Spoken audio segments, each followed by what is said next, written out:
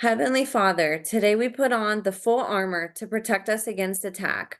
We put on the belt of truth to protect against lies and deception. We put on the breastplate of righteousness to protect our hearts from the temptations. We put the gospel of peace on our feet to walk in your light, peace, and freedom with the Holy Spirit. We rebuke anxious thoughts.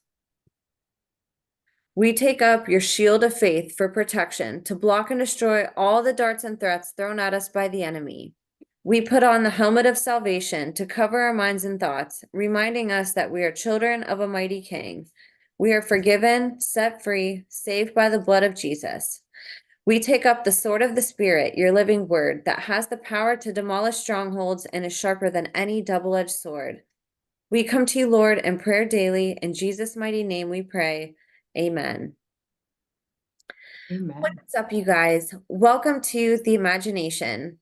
I'm your host, Emma, and today we are welcoming back podcast regular and the most viewed guest we've had on The Imagination, ritual abuse, child trafficking, and mind control survivor, mother, entrepreneur, tattoo cover-up extraordinaire, artist, gallery, and tattoo shop owner, podcast host of her own incredible YouTube channel at Desert Dakini, educator, and walking miracle, Carrie Olaje.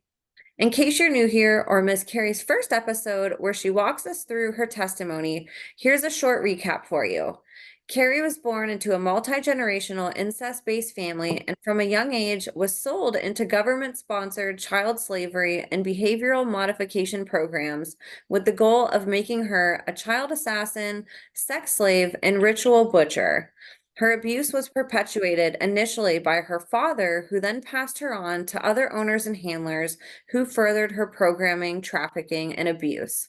I encourage you all to go watch the important testimony we did on our first episode together, as Carrie quite literally paints us some massive disclosures that give deeper insights into the operational and orchestrated aspects of satanic rituals and abuses that happen within these occult networks.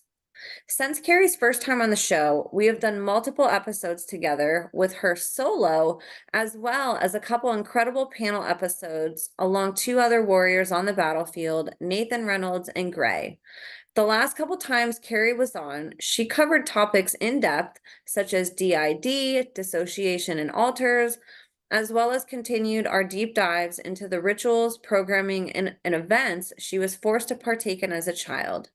Carrie has a beautiful and unique way of shining a light on the darkness by using visual art and photography to help explain what is so hard to comprehend to those of us on the outside looking in. Her bold, brave, raw, and vulnerable way of storytelling only adds to the compelling nature of her art, which explains so much more than words ever could. Her ability to be so courageously uncensored when talking about the reality of satanic ritual abuse, human trafficking, and mind control has been groundbreaking in helping us to understand the depths of these difficult topics, and her way of educating and sharing has been instrumental in exposing the truth about the levels of depravity that these children experience and survive. When you hear what Carrie has gone through and see where she came from, it is impossible for your jaw to not fall on the floor when you see where she is now. When survivors speak their testimonies, they are sharing information that we were never supposed to hear. And this is exactly why we need to and should be listening to brave warriors like Carrie, who are quite literally risking everything to share this information with us. Today, Carrie will be expanding and diving deeper into the topics we've been discussing together, and I encourage you to take notes while you listen. One of my favorite quotes ever said on this podcast that I refer to quite often was actually by Carrie, that stands true for her and for all survivors. When talking about where she is now in her healing journey and how she looks at her abusers today, Carrie said, quote, "It's like they honed a really sharp weapon and now it's pointed at them," end quote. And nothing could be more true about Carrie, and as she demonstrates and encourages, about all survivors. Carrie lives and breathes this example by shining a bright light on it all, detail by detail, leaving no stone unturned and nothing hiding in the darkness. One of the most awesome gifts that has come about from Carrie speaking out has been her own YouTube channel she created not too long ago, where she takes on educating her audience on hard topics to understand, such as dissociation, alters, and DID. And some of her newest videos include creative journal prompts as well as deep dives into the world of dissociation and even understanding how alters can and do coexist in the same body. In typical Carrie fashion, she works visuals and artworks into her videos, and I encourage you all to go check out the incredibly valuable and growing library of information she has on her YouTube channel. Carrie is an inspiration to me, and I ask you all to please put down what you're doing and give her your full attention as she continues to burn down the Luciferian kingdom blow by blow with every word she speaks. Before I finish introducing today's guest, I wanted to give just a couple reminders and updates. If you'd like to be on the podcast as a guest or share any information privately with me, please email me at imagineabetterworld2020@gmail.com. You can also use this email if you'd like to be a part of my new book series featuring written survivor testimonies, and you can find the video with all the details on how to submit your testimony on any of my podcast channels. And lastly, I'd love your support on Substack, where I've taken up investigative journalism as an outlet for me personally to share about my podcast, guests, and advocacy work, and you can subscribe to me there at www.emmacatherine.substack.com. All my links are in the show notes, and I'd love your support across all platforms. Thank you all for caring so deeply about survivors and for helping to make the imagination the safest space on the internet for survivor and whistleblower disclosures. So you guys, without further ado, please help me in welcoming today's guest of honor, voice for the voiceless, podcast host, fierce mama bear, walking miracle, anti-child abuse advocate, creative, artist, overcomer, and someone who I'm so grateful to call a dear friend, the one, the only, Carrie Olaje. Carrie, thank you so much for being here with me today. Oh my gosh, Emma. Anyone who's thinking about disclosing, it's worth it just for the intros. No, you really do have a way of I guess really like lifting people up, not just your guests for sure, but it's like your whole community, like you do a lot of hosting in general, like in between episodes too, that just, really seek to bring a light, into people's lives, especially because you have so much insight into your community and what they're, so much of them are struggling with. So, I just want to say thank you, as always, for being a friend, for being an inspiration. I would not have that YouTube channel at all without your encouragement. And I really have to say, this is, to you and to the community, that's kind of what I wanted to like start today off with, is just like infinite gratitude, essentially, for I feel like I'm gonna cry. It's like 5 minutes in, but just for the amount of support, essentially.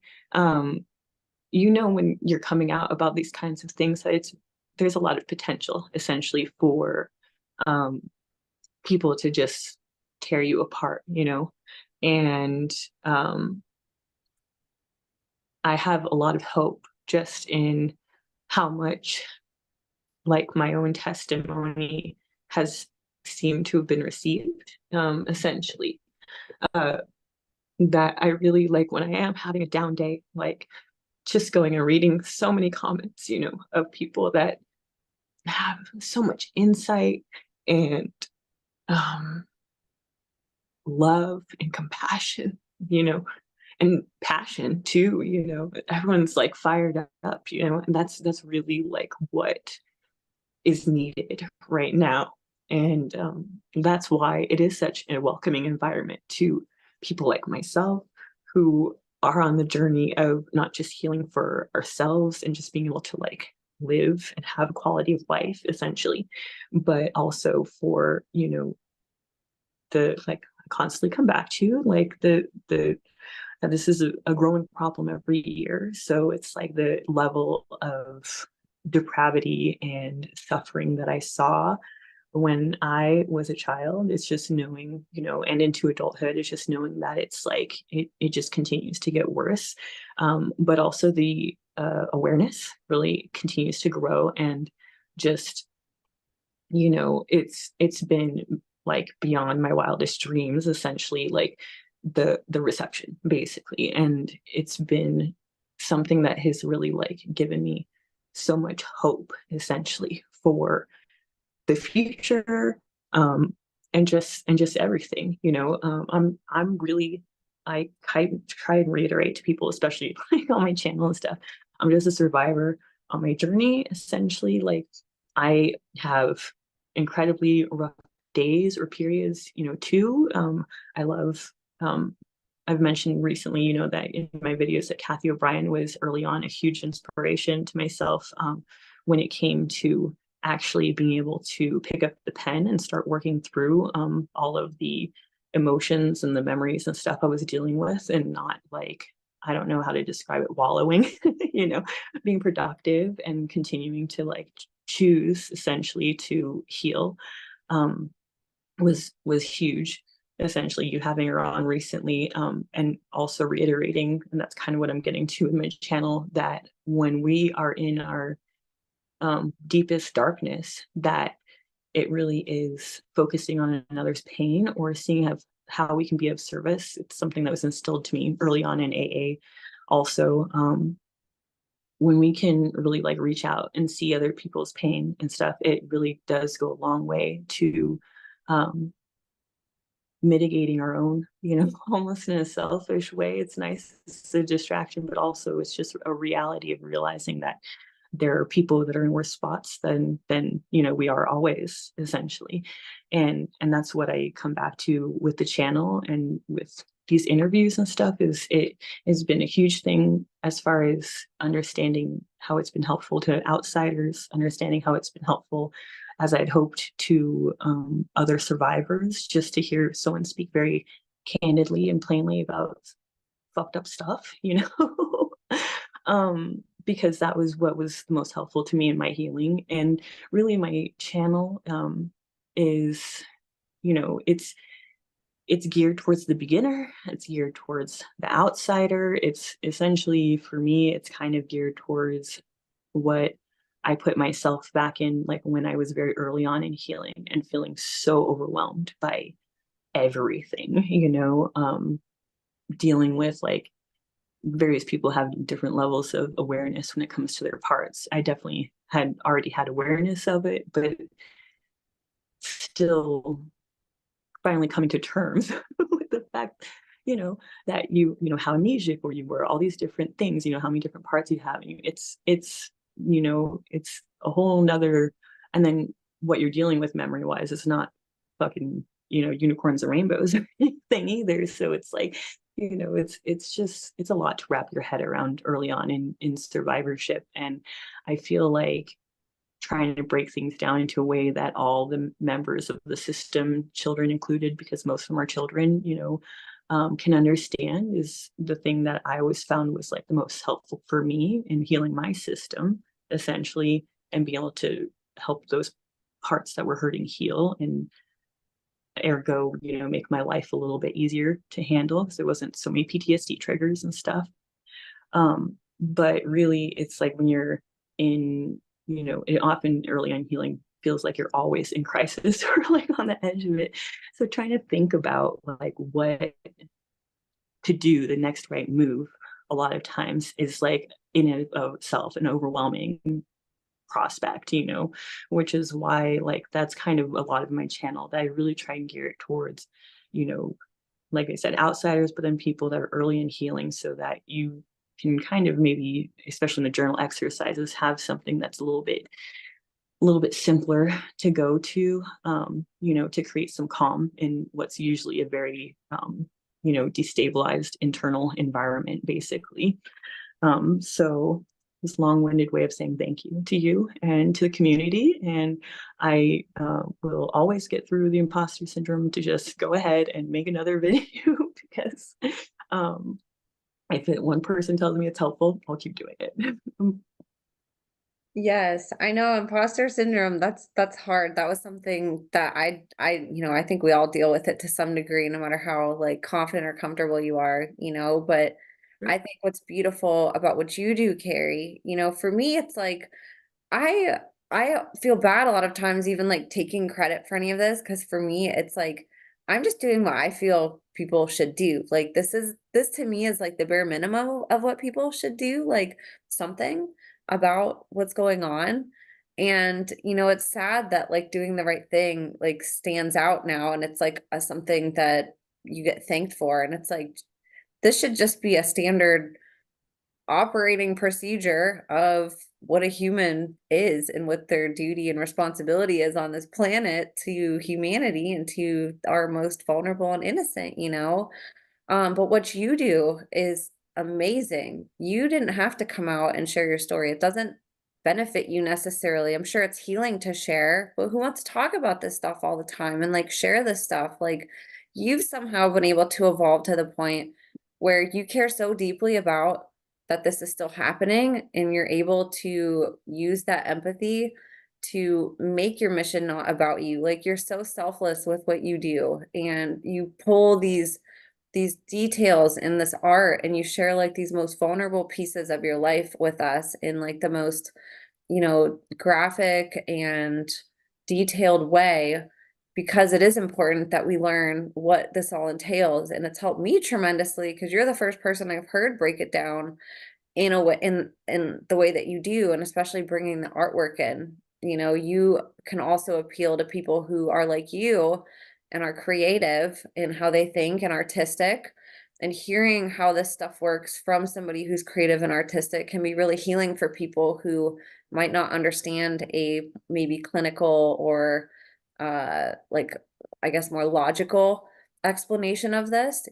So I just want to thank Yeah. you on behalf of the community. There's a reason why people have watched your videos so many times and have had such incredible emotional reactions and breakthroughs and understandings and just overall empathy, and like feeling more like a warrior, feeling more confident because they felt understood by you. It's so beautiful that you've shared that with us because it wasn't for you. You did it for other people. You did it for children, and you're continuing to do this even though it's out of your element and it's uncomfortable and like I said, I'm sure you'd rather be talking about, you could do anything. You're beautiful and intelligent and brilliant and so gifted and personable and kind and sweet. Like you could do anything. You could talk about anything on a podcast and get millions of views, and instead you're choosing to talk about some of the hardest things that get suppressed and that people sort of push away, and you're so courageous. And so I just want to thank you too, Carrie. It goes both ways. And I'm so proud of everything that you're doing. And I love seeing you grow. And it's so cool seeing the community just wrap their arms around you. Yeah, it's been really beautiful and really amazing. And what I would say, Emma, is you're not doing the bare minimum. Honestly, everyone sees how much work you're doing and is incredibly grateful because like really like the scheduling, the editing, the filming, like you could be doing other things on your Friday night and you could be talking about other subjects too and everything. And you are just like, you're the whole reason I'm here. So that's all I'm gonna say. um, but really, thank you. But all I'll say too is like, I really think that I feel like I'm walking in the footsteps of giants. You've had on recently Swally and like I mentioned just a little bit ago, Kathy O'Brien and stuff like that, people that were pretty instrumental in like me breaking down some programming and getting some like healing and stability in my life. So really it's phenomenal. And I have to say, like, you're like, it's like you and them, and I guess, hopefully me and every survivor that is on your podcast is like, it's just role modeling, what I mean, it's just a sign of where society is essentially, is that it's everything has gotten to the point where everything is really dramatic and Luciferian, or it's very apathetic, and getting people motivated, and is difficult essentially, like, but that has also been changing a lot, really. And I think that's what we're seeing, is that I feel like that curve is going the opposite direction more and more. So yeah, so I mean, yeah, so really, just thank you for giving me the platform and the encouragement. um Absolutely, girl. I'm gonna take a You're so quick drink. No, you're good. I love what you're doing on your channel too. It's so neat, like watching you educate on this, and you have such creative ideas on how to heal, and it's neat seeing your evolution of like studying people, reading books, and now you're able to take all that information plus your own experiences and, express it in your way and put your own twist on it, your own experiences in it, and like now you're handing the torch that was given to you to other people. Like that just sends chills up my body. It's really freaking cool to see that. So I'm so proud of you, Carrie. Can't wait to keep watching you grow. And it's so cool having you back. Like I said, like, you've impacted so many people on my channel, and you're always willing to talk about things that I don't want to say other people avoid, but I think it can be uncomfortable. People, I think a lot of times, a lot of this stuff, it's uncomfortable already, even just talking about it on a base level. And so a lot of people, I think, like to stay there, because it's a little more comfortable than getting very uncomfortable. And one of the things I love about you is your courage to just tackle topics that other people sort of tiptoe around, or might be a little bit nervous to talk about, because I think it takes somebody to stand up and sort of normalize it, demystify it, talk about it, create a conversation about it. And it sort of helps other people sigh a breath of relief and say, gosh, this happened to me too. This was an experience also that I have had, and I haven't heard anybody talk about it, and I've felt alone with my experience, and I think that's one thing that your interviews have really done is, help people tap into that part of themselves that's scared to sort of tell the whole truth about something, and they're finding the confidence to do that. And so I know all these conversations that we have, they're not easy, and I appreciate you having them, and in a lot of ways being willing to go first with some of the ways that you personally explain things in such a beautiful way that you do. It's such a heartbreakingly beautiful way, that you explain all of this. But it truly comes from your heart, and it comes from your gifts you infuse into these heartbreaking stories. And I know today you have some things that you want to cover that might be sort of, uh, again, things that, aren't talked about enough and maybe not understood. And I'm sure there's people on the other end that feel alone with having similar experiences, and maybe are wishing that somebody would talk about some of this stuff. So I want to hand it over to you and let you start wherever you want. And again, I appreciate you coming on and sharing about some of this stuff, because, I know it's hard to talk about, but it's so needed. Like, we need to know this stuff in order to heal and to help people feel less alone, and to give them the courage to say, me too, like, I want to be a part of this healing with all of you. And like, I don't want to be scared of what I went through. I don't want to avoid it. Like, I want to contribute and, talk about it and heal from it, so I'll hand it over to you, girl. And I know this is going to be an amazing conversation today. Thank you. And as always, just feel free to interrupt or let me know if you have like any questions when it comes to things, because um, sometimes the ones I listened to mainly were the panel that we did. It's like I just feel like I'm like shooting myself every few seconds, being like, God damn, like I did not say what I meant to, but c'est You la did vie. so good. Oh Um, my gosh, you crushed so it on those. Man, well, with those warriors, I mean, it's a lot of, yeah, it was a lot of inspiration having those three other people with me. You and those two fellas was amazing. Yes. And yeah, anytime we want to do it again, too, it's top of my list. Um, but yeah, I mean, so I guess like some things that I had kind of wanted to kind of cover a little bit today. Um, I guess a tiny bit piggybacks on what we had talked some about this past panel episode that we did together, where essentially we had been going over the network of the underworld and um, just trying to give people as much of as we could, like an overview, because it is so much. It's like a vastly inverted world, and I think because of that, it's like you said, it's very hard for people to wrap their heads around, and not just the people that are outsiders that haven't experienced it, but essentially a lot of times if you are a programmed multiple, you're going to be dealing with that same level of difficulty, basically, because a lot of what they're going to be doing when it comes to the programming, is that they're going to want to make sure that your day-to-day front usually is very opposite of your cult personality and stuff, in part, and that you have a lot of parts. It's like the divide and conquer idea, basically, but with like an internal system is usually like where the programmers are going with it, where you're going to have layers of conflicting viewpoints, and obviously different parts share different memories, so being able to like um have them feel like they have had the same experience sometimes is like really difficult. It's huge barriers, basically, that people have in healing.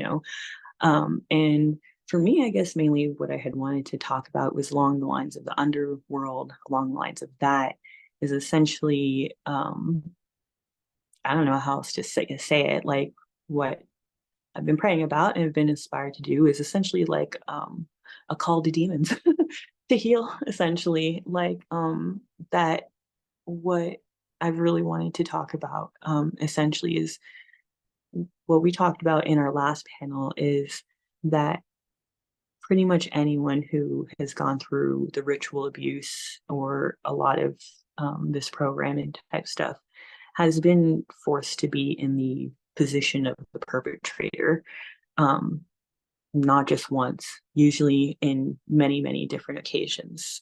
When it comes to organized crime, and them wanting, whether we're talking families or like we're talking about infiltrated military, etc., you know, what we're talking about is secrecy, and loyalty is like the most important thing that matters.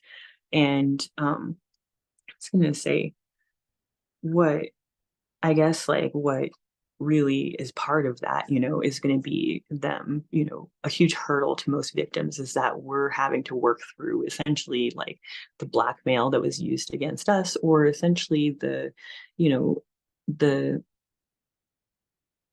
insanely, no-win situations that we were in, where essentially as a child trying to survive, you end up, playing the role of an abuser, someone that's taking a life or torturing another person or animal or something like that. And it's a lot for people on the outside to wrap their head around. And it's just as hard for people that have like gone through that to really like wrap your head around it, because it's hard as an adult to see how you can be so manipulated into doing such like evil things. But really, what I haven't gotten to on my channel, but is what I feel like is kind of like the most important message, other than bringing awareness to the kids that are still suffering and bringing about a better world for my son, and all the kids out there, um, is that what is holding all people and society back, really, I feel like, from healing, is really facing those demons. And I don't mean facing the demons in the way that we are banishing them, be gone, get out of here, you know what I mean? Because ultimately, all things, like God has infinite patience and love, because he wants all things to be redeemed, like that. It's no one left behind. He wouldn't be God if that wasn't the case, and when it comes down to it, like a lot of us as survivors preventing ourselves from really looking at the things we need to, essentially, or society itself looking at the things they need to, is a huge weight of shame. Is a huge weight of shame that we let it get that bad, like, how did it ever get that way, type of thing. Like, even if we can realize logically that we were a kid that had been molded into something that still performed as an adult and everything, and that there wasn't a level of consciousness and choice there, it's still like, it kind of doesn't matter, because the survivor feels that way and internalizes it. The perpetrator puts those feelings that should be their own, puts them on the survivor, and we internalize it, and we go our whole lives, suffering and staying in a prison, of shame and guilt and everything. When, redemption, forgiveness, all it really takes is to ask, is to look at it, to understand, and to, like, know, like, um, and that's a lot of why I wanted to today kind of go into a little bit of, like, more of the underworld, essentially, as far as, like, the ritual pipeline, the cannibalism side of things, just because it's something that is still happening, like, and it's something that still needs awareness, drawn to it. And there's a lot of people that have talked about their own experiences individually and everything. But I kind of wanted to try and give, like, a good picture of, like, how much of an industry this is. I don't know how else to put it, that, that it's like, it's really hard talking about occult abuse, because it seems like as soon as people see the robes, or, like, lately in Hollywood, like, they just, all they do is fetishize, the ritual stuff, the animal horns, and just, everything when it comes to that kind of stuff. Where it really, it's like, it feels like people's brains go to a certain point and then stop, and it's like the robes that do it for some reason. And I don't know if it's because of the propaganda, of just making it seem like so outlandish in Hollywood forever, I'm not sure why, but it does seem to be, even in my own life with people that are close to me, that survivors, have issues with, is like, they'll accept human trafficking. They'll accept the fact that, you were a victim of incest, familial incest, and that everyone knows child pornography exists. They'll accept that. But despite the evidence, they'll still have a really, really hard time accepting that maybe people do the same things while wearing robes, or costumes or whatever else, even though, people can look at the Comic-Con culture nowadays and just know that, like, people go through great lengths, to wear exactly what they want to wear, to put themselves exactly in the situation that they want to be in, with the people that are feeling the same way they are. It's like, it's the same thing, but essentially you're just dealing with psychopaths.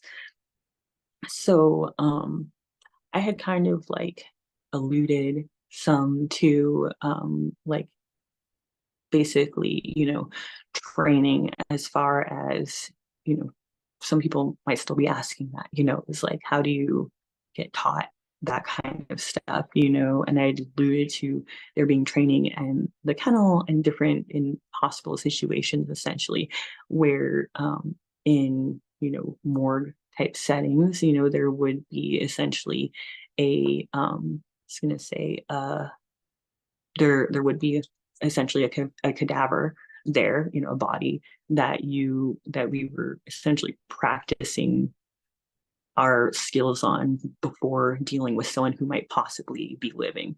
Although, like I've said, there are very different skills when it comes to, like, most people have to think about these rituals like catered events, and you're going to have, depending on what people are in the mood for, you're going to have a different chef, and, like, so depending on the ritual, it might be a violent death, other rituals, it's essentially something where they want to make sure that the victim is subdued completely so that they can catch all the blood or have someone. Essentially, those were the rituals that I was involved in. I was there because there wasn't any heavy lifting. I wasn't going to be part of a struggle or anything. That at that point the victim um, had usually been brutalized in various ways, and stuff, and was at the point where there was not going to be any resistance, essentially, on my part. But if they did, there would be other people there to help out. So you can do a lot of training, on a dead body, essentially, because of that.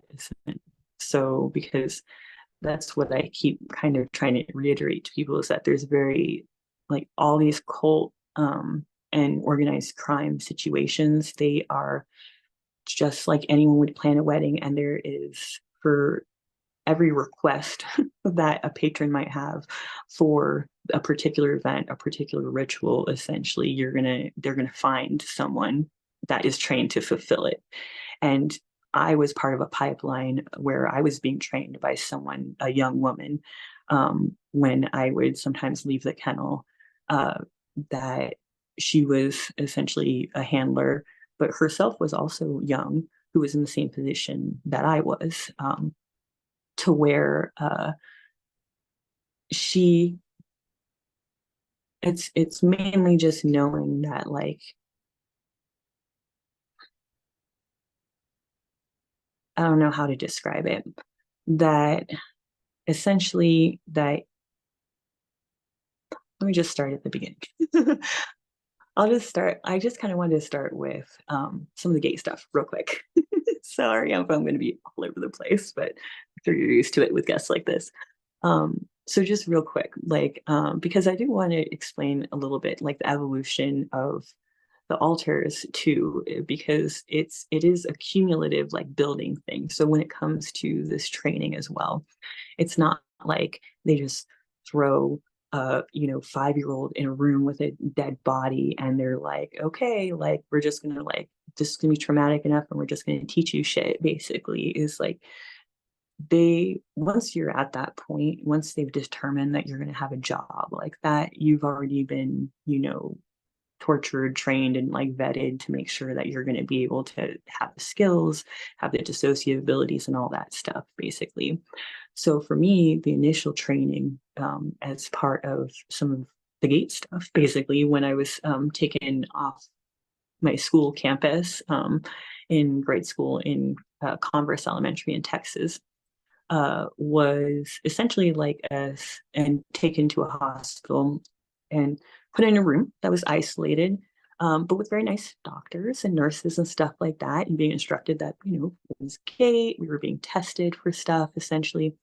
Um, I know that it was a stair step, where initially first they had us all in a room where they were trying to see if we could untangle different, like, colors of string that were, like, in a ball, like a of sorry, it's like a tangled ball of yarn, essentially, different colored yarn. So the task was to untangle them as quickly as possible. Um, and then that was, pretty whatever. You get praised a lot, you get, like, whatever. But it essentially stair steps it up to where, because I was really good at that, I had a lot of dexterity, and everything, and could, to where you're now starting to do it essentially blindfolded. And now you're doing it in a room that essentially they're pumping in really loud music. And now you're doing it in a room where you're doing videos, essentially. So it's kind of like where it's like each training session, or sessions, because it's like a gradual thing, they're really monitoring the subject, essentially, to make sure that, like, you are able to, like, progress where you need to with, like, the skills that you need to and everything. Because for me too, a lot of it was to be done by touch, essentially, and not necessarily always being able to see what was going on. A lot of that makes sense though too, just because most of the time, part of like my outfits and rituals did include some sort of like head covering. So a lot of times it was something that you could see through, but like not great. And we're also talking dark and firelight and all that fun stuff. Or, the whole animal headdress thing is definitely like, fully a thing. It's just, but regardless, it's like that essentially it's like, you're at the point where they've like trained a part of you that can essentially, you know, be 100% focused on a task that you're doing, that you're trained to do with zero distraction, essentially. So even if that ball of string was struggling and crying for its life, at that point, once you're already there, and at that point you have done the morgue stuff and everything, it's like they've created a part that doesn't even really see what you would think you're seeing. Essentially, it's like the part doesn't see themselves as a human. You just see yourself as essentially very robotic. And it's the same for the subject, is that it's something that you feel is almost like an inanimate object, or I don't know how to describe it. It's almost like you don't even know what it is, but it doesn't really matter. All you know is that you are doing your task. Essentially, the butcher parts were by far my most mindless parts, essentially, because that was a lot of their training, was to be very blank slate, because we were used for the same use through multiple different faiths, essentially, and different rituals and stuff. Most of the time we would be instructed, prior to like right prior to the event, that part would be instructed exactly like what was expected of them, essentially. So I guess I'm going to take a pause there to grab a drink real quick, and then maybe go some into like where I can kind of go for maybe a little bit of an event to give people like an idea of where the training comes in, and the hunting and stuff like that, and the cannibalism a little bit. But do you have any questions I before just want to I say thank continue? you for breaking that down in that way, because it does get to the point where people hear the end result of what all this training accumulates to. They hear the job somebody did, and it they don't see the process of how it happened. And so they're really quick to push it away because it does sound crazy, because it is crazy what they have these children trained for and do. Like, it's absolutely insane. It's disgusting. It's horrific. And so you can understand in a way how somebody, if they've never heard of this at all, and they watch a 60-second TikTok video that's just telling the end result, that they're like, there's no way that this happens. Like, that's impossible. Where when you hear it the way that you explain it, it's almost, a lot of people have pets. Like, you can train a dog that you can't even communicate with words, how to do these really elaborate tricks, and, do an obstacle course for 60 seconds straight where they understand where to go and what to do and like what speed, and, you can do that. And we do it in life. And I know that I'm comparing a dog, which isn't, committing violence, but we look at something that we're already doing, and we understand that it's a process. If you want a dog to do, a 60-second obstacle course, you start with one little trick, and you master that, and there's a progression to it, and then you move on to the next, and you sort of build and crescendo it. It doesn't just happen overnight, or it's not just this like immediate thing, and it's structured, much like anything that we learn. And I appreciate you sort of demystifying that and explaining that, because I think that helps people grasp the nature of this being a reality in a very logical way, instead of trying to compute it from maybe a perspective that doesn't include, most of what goes into this. They're just hearing about a final, the final performance or the final event, and not seeing the bigger picture, which you just explained really beautifully. Well, thank you. I mean, I hope part of why I try and do it too is mainly for survivors as well. So one thing I have found that is incredibly helpful has been to like read literature like Fritz Springmeier's and Cisco Wheeler's book, or Spally's stuff and everything. For me, I always read it um like after I was dealing with stuff, because I felt like I would like doubt myself if like I read things that felt related to my stuff before, essentially. But then afterwards, I would find it just like, oh my God, like why were these people in my brain? It was like totally freaky. But part of the reason that is so important, I've found in breaking down programming, at least for myself, is that it like if you can see if you can see that it's broken down to an equation almost, it becomes less personal, it becomes less, how could I have done that? How could they have made me blah, blah, blah, and all these like things, that they totally reinforce with messaging, internally and stuff, to really like realize like, oh, like if you take a child and you put him through these steps, like this is like what, you're going to get. So much of healing is self-forgiveness and really having compassion for the parts that were able to be manipulated, so um that's part of, hopefully is helpful in that way as well.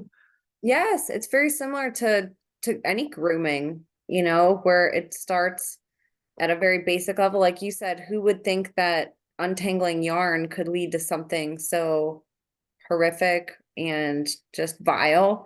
Like that's not something that you're thinking initially. That's not what you're told. Like it starts innocently enough and evolves into something that is, it's like you said, this long process of uh almost, a ritual of performing something over and over and over and over and over again, and then growing it and expanding it and adding on to it and making it more difficult, like you said, and it makes sense whenever you look at it that way versus trying to understand it from the end.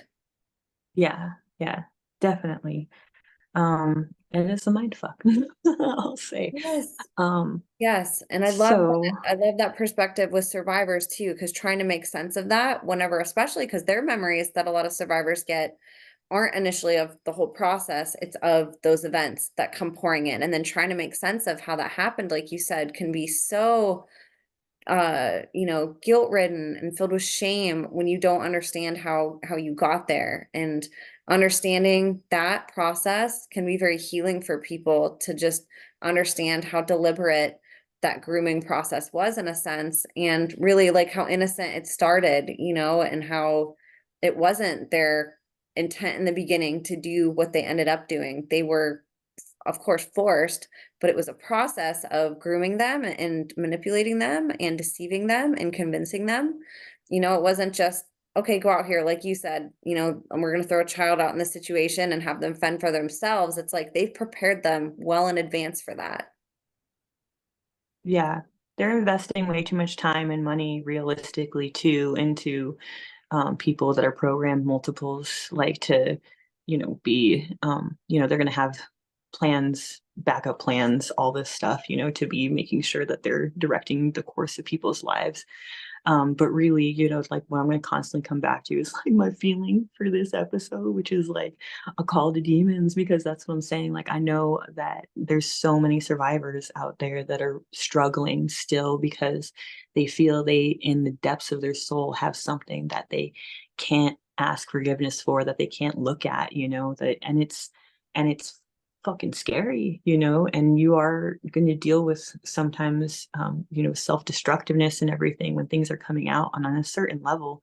That's because, like, realistically, when we're talking about this stuff, like, how can you not, as a child, it's a normal response, like, to think of like death as an escape because you don't have any concept of it. So you're going to have those feelings come up normally.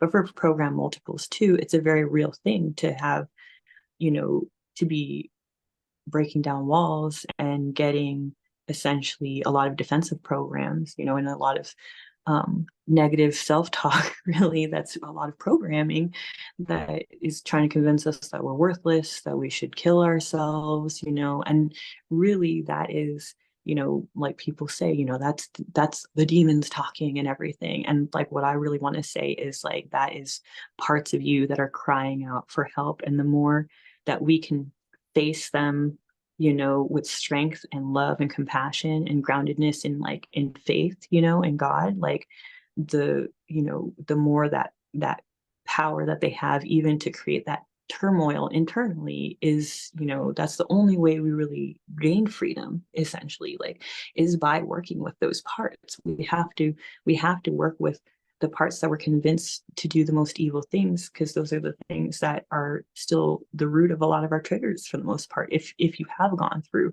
something like this, obviously not everyone who's a survivor has gone to this extent of having to commit violence on people, but realistically, anyone who is a multiple who's potentially in the abuser camp or are abusers, I'm not going to give psychopaths a pass, because realistically, like, I do believe there's a big difference between multiples and psychopaths. I think psychopaths really have, like, their inner child has been killed, their connection to God has been killed, and there's something else, it's like motivating them completely.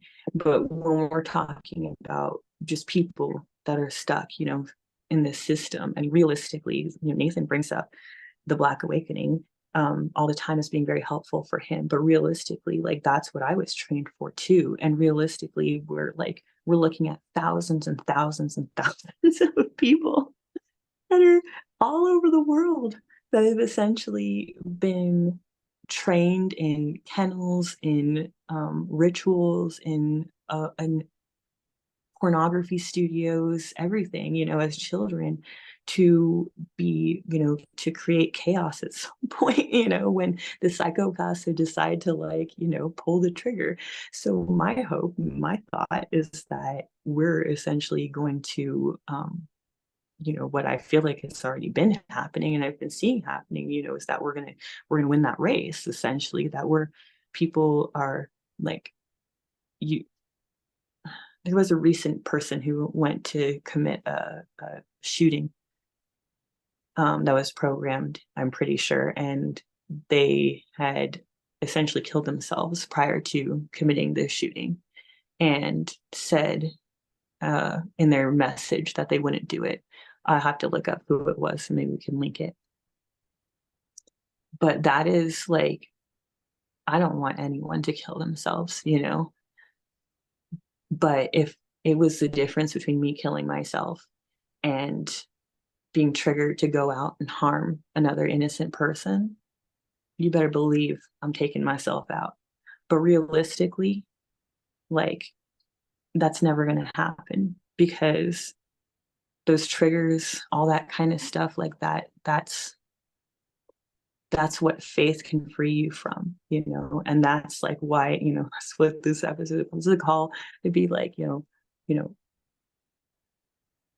there's nothing that's been the worst shit to keep you from healing and from, like, essentially seeing your deservingness of love. And that's my hope, with a part, who knows what happened with him, like, who maybe he was co-conscious enough, obviously, to not do what was planned. And my hope is that with enough awareness on this issue and enough people that are multiple and chosen and not aware, that my hope is that with this environment of acceptance and love, it's really like the main thing, both internally and externally, that breaks down that programming. It's sensing that all your programming was fucking lies, sensing that everything they said, that you were complicit, that you're evil, all these things, is just lies. It's lies that they told to, like, a child to manipulate them.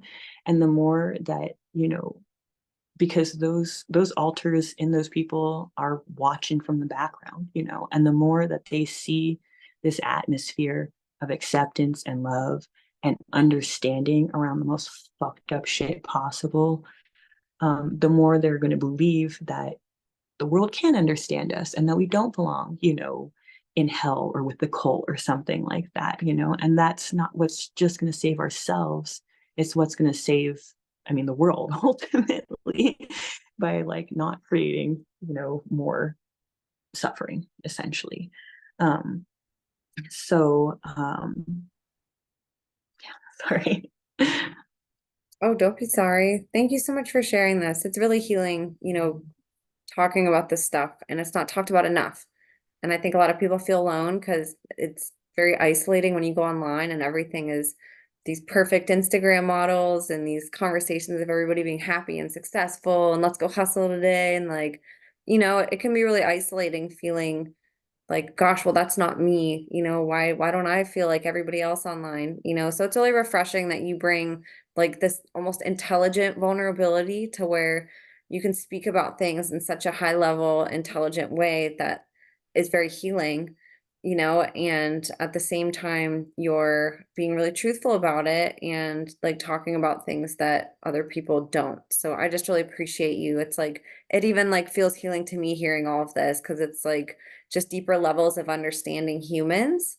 And I love that you had said there's a difference between psychopaths and multiples, because I think sometimes survivors tend to group everyone together because they're not there yet, where it's like an understanding of like being conscious of something and then not, like you said, being forced to do something, coerced, being 3 years old and being forced by adults, that are way older than you, way stronger than you to do stuff. Like there's a difference between somebody consciously choosing to abuse and perpetrate versus an innocent child who's being tortured to do things against their will. Like anybody, if they were under torture, like if somebody were to go torture me, like you better believe that it's probably gonna, like, I'm gonna do anything to like make it stop, like I can't even imagine what that would be like, but like that's not something that's just easily resisted. Like, and I'm an adult, like I couldn't imagine being a child and like trying to resist stuff. And you bring like a humanity aspect to this that, like I said, is very healing and can hopefully, on the other side, people that are suffering can be like, oh gosh, that just rang a bell. Like she's right. The people that abused me, like they were psychos. They're still in the cult. They've never left. They don't care to leave. They don't care to talk to me. They don't care about stopping doing this. I did and I left, and like I'm not them. Like we're separate, I am a human with a heart and a conscience that consciously chooses to not do this and that never chose to do it. I was forced to, where these other people didn't. So like I just want to thank you too. That like clicked in my brain. I've never heard somebody say that. And I was like, that was really a great way to help sort of take that burden off of somebody and for them to be like, oh, she's right. Like why am I comparing myself and like, putting the same shame and guilt on myself that like I have for my abusers, So that was awesome. Thank you so much for bringing that up. Yeah, your guest John is great at reiterating that too, which I think has been like really helpful for myself in healing too. He puts things in a great way. Um, so I guess along like the lines of the the demonic shit, the cannibalistic shit and everything. Um, I just kind of wanted to just do like an overview of like a training event essentially, like, and what that was like, mainly to just, and another ritual when I got to Tucson, mainly just to kind of give people like an idea of like how like vast this issue is. I guess I don't know why I laugh when I'm like things are like the most fucked up, but I don't know how else to handle it. Um, Like a trauma but response, a lot of people do that, and I just want yeah, to interrupt and say that because I think if people see me laughing or guess, they think we're laughing at what's being said, and like nothing could be further than the truth. Like it's so hurtful and like painful to talk about this stuff, and like sometimes all you can do is like rely on humor sort of to like, be able to talk about this in some ways, and to have courage and strength and to just be in like a good spot energetically to talk about it. So it's very common, and I think everybody does that to a degree when talking about hard things. that's a great way of putting it. I like that. Um, yeah, So essentially, like to give a little bit of context, like the woman that was doing my training, she was a young woman. I am always a bad judge of age, but I'm going to say late teens, essentially, who was, it was made explicit that she was like that I was shadowing her, that I was going to be essentially performing her same role, but I was going to be, moving elsewhere, essentially. So, because she was a handler, it's just like any of these other trainers, there's always going to be some sort of like trauma bonding or something.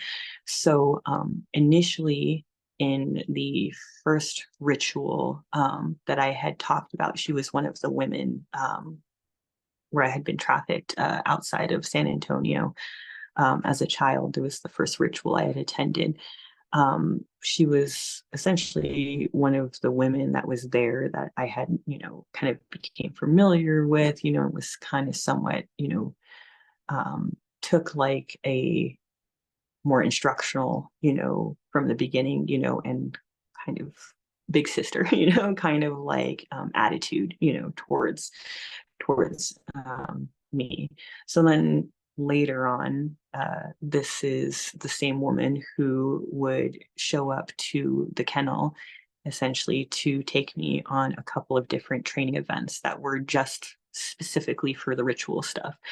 So most of the training had happened in, like I said, like the morgues, in the vet's office part of the kennel area and everything, both with animals and people. But this was essentially like, kind of like the step up, is like, so now you have to go to a ritual and perform in it, essentially. And it was going to be more that I was going to be her assistant, essentially. So it was put on in, I'm not sure like where the location was, but it was another location outside of the San Antonio area, another bigger, I was going to say, like kind of like semi-wooded, kind of hilly area, basically. When I was, yeah, real quick on the suicide note, because everyone knows and maybe doesn't know that I mentioned my main handler's name last time, who's, Julius William Gates.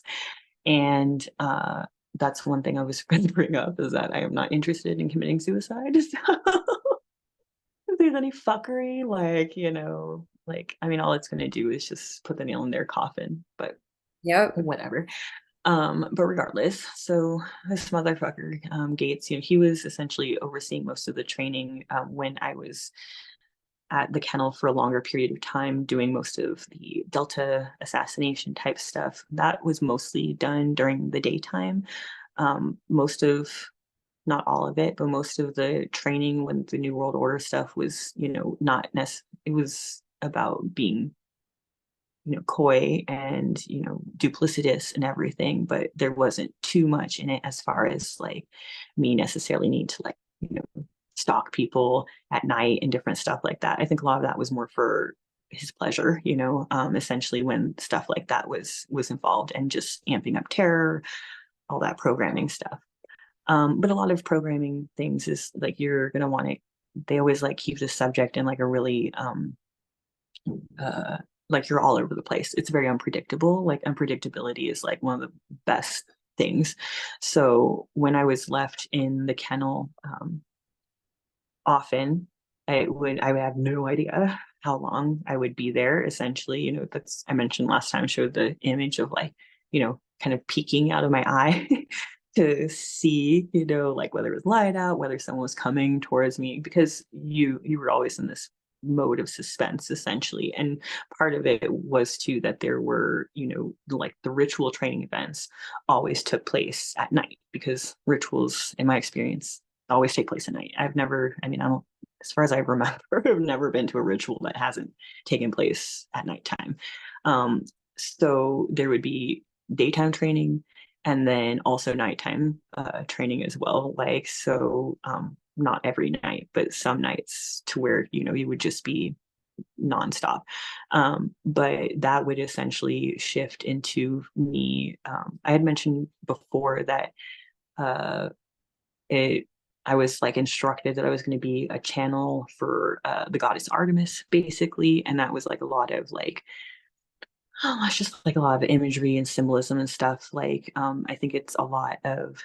I kind of wonder too if my like my regular handler abuser um, in Tucson. It might have even just been his request because it was Madden's place was the main place that I was used for rituals and everything.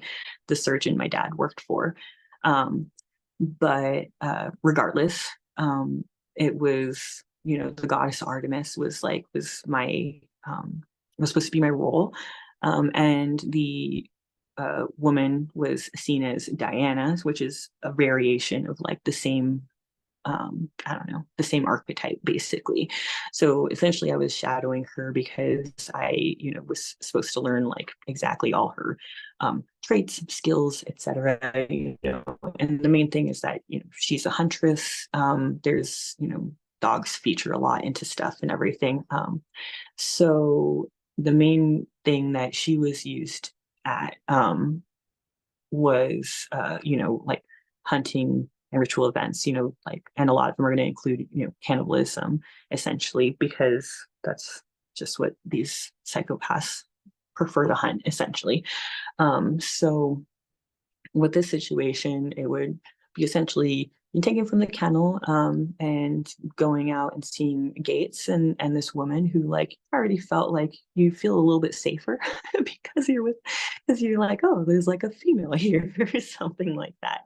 Um, but essentially, we just got in a Jeep and we took off to it was like another hunting lodge type location that was outside of San Antonio. I'll be honest, it could even be the same location as the first ritual. It's really hard to say though, because I went to a completely different area if it was the same spot, to where we were uh, we were part of the catering party essentially. So there was going to be a hunt going on. There was going to be cocktails and the party and all that shit ahead of time, like an early, like normal meal type of thing and everything like that, all like down at the house.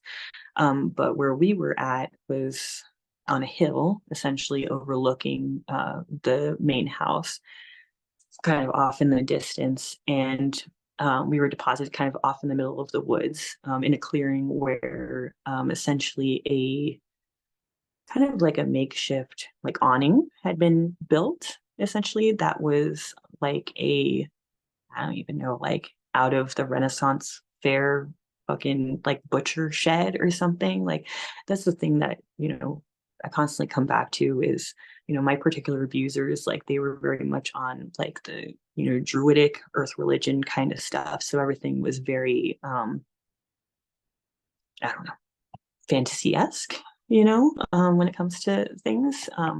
So essentially we arrived at this pavilion as it was starting to get dark, and I met the boy that was essentially going to be sacrificed later on, and was um, essentially like, tried talking to him. We tried talking with each other some, but it was discouraged essentially, and he was pretty quickly taken away.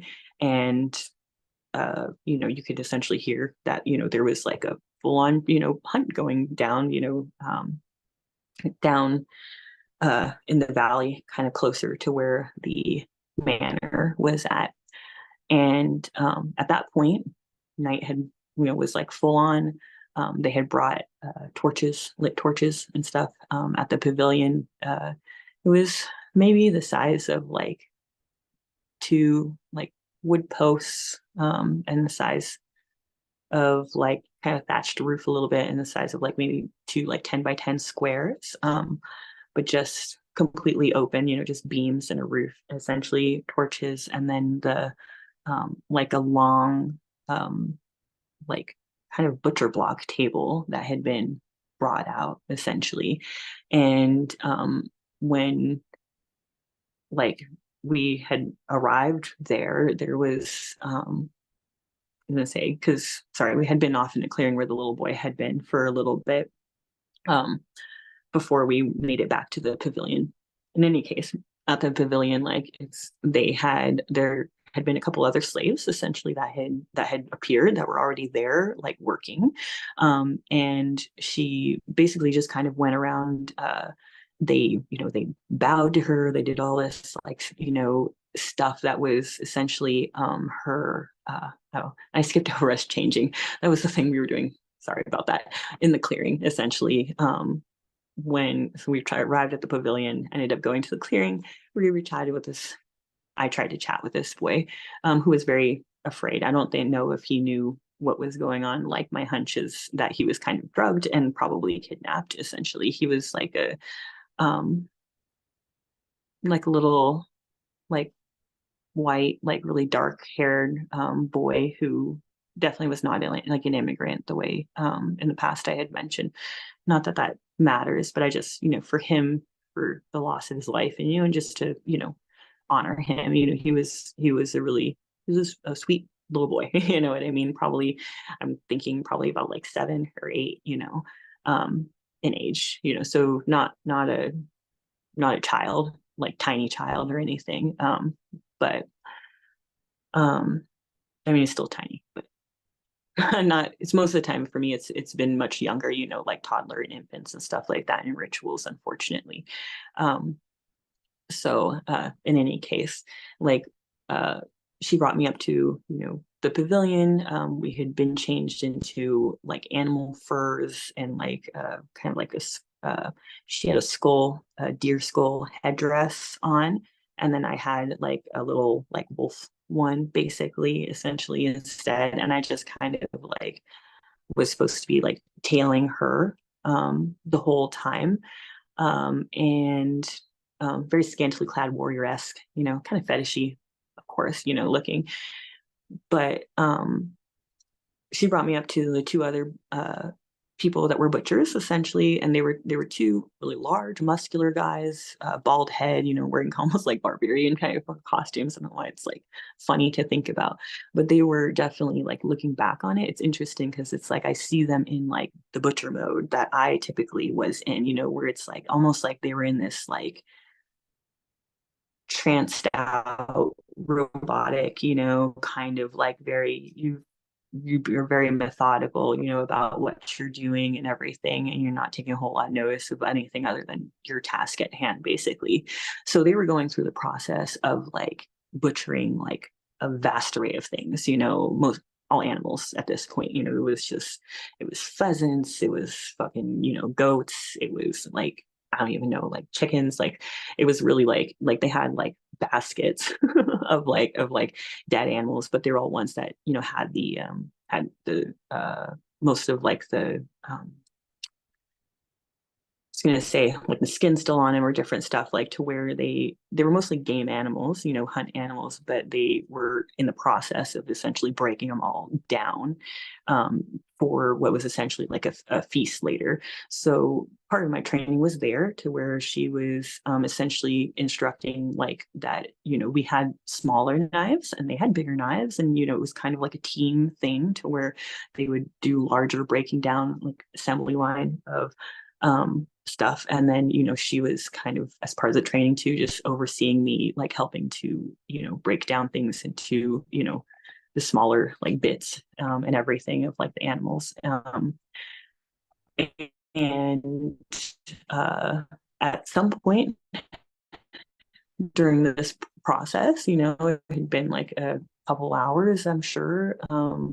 They brought in the body, and he looked like he had like just straight up like arrows and stab marks in him and stuff. Like it was, I don't know how he died, but regardless, like he ended up on the table the same as the other animals, to where, other animals, he's not an animal, he's a human, but he ended up on a table too, to where we were starting to butcher him. But at that point, there was a lot more I don't know how to describe it, reverence, I guess, or something. She, it's because he was the only one, she wanted me to take there was a lot of attention to detail on how like we were, actually performing what we were doing and everything, and not being, messy, etc.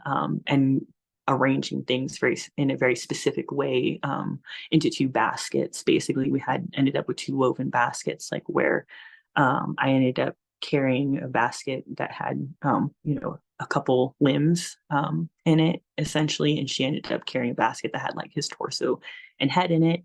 And we made our way around through a path to another clearing where there was like a full on party going on, like feast essentially. And it was her leading, myself behind, and then the two other butchers. At that point, their work was done, and they followed us along to the feast space, essentially, where uh, they had already been, they had bonfires and spits, and there was a lot of sides, yay, to go with the food and stuff like that, but not much. But it was something like, I don't know. They like everything to be super fancy. At least the people that like I've been trafficked to, they like being particular, I guess, it's stuff. And it seemed like they were entertaining like a foreign guy, essentially like he seemed like he was a Middle Eastern man, basically was like the guest of honor, that was being entertained by like I don't even know who the like main people were, because it was kind of seen as like a trafficking event. Like Gates had essentially said, that she was being used as the butcher and the entertainment, as well for this event, and that, because that was my job, that's where I was going to, basically. Um, so she did essentially like bring in some stuff, like when there was or bring in the body parts once a priestess, had essentially like called for them. She was standing kind of like at a stone altar table. And it was higher in my experience, though, than most of them are, like actually more at like pulpit or height, as opposed to a lot of times the altars are a little bit lower in my experience, probably because of the rape stuff. But regardless, it was like a very intentionally set up, to be, kind of like a serving station almost. It's like a ritual altar slash serving station, um, for this, cannibalistic feast, essentially. And there were like three tables that were in this clearing that were set up in a U, and everyone's dressed very like bacchanalian, like in the same kind of like garb, with lots of animal pelts and all that fun stuff, but a little bit fancier, of course.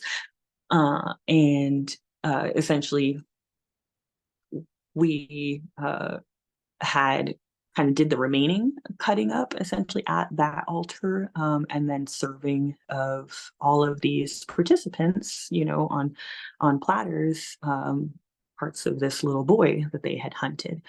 And at that point too, they did have other serving children come in too, that helped to circulate these like platters, around the table.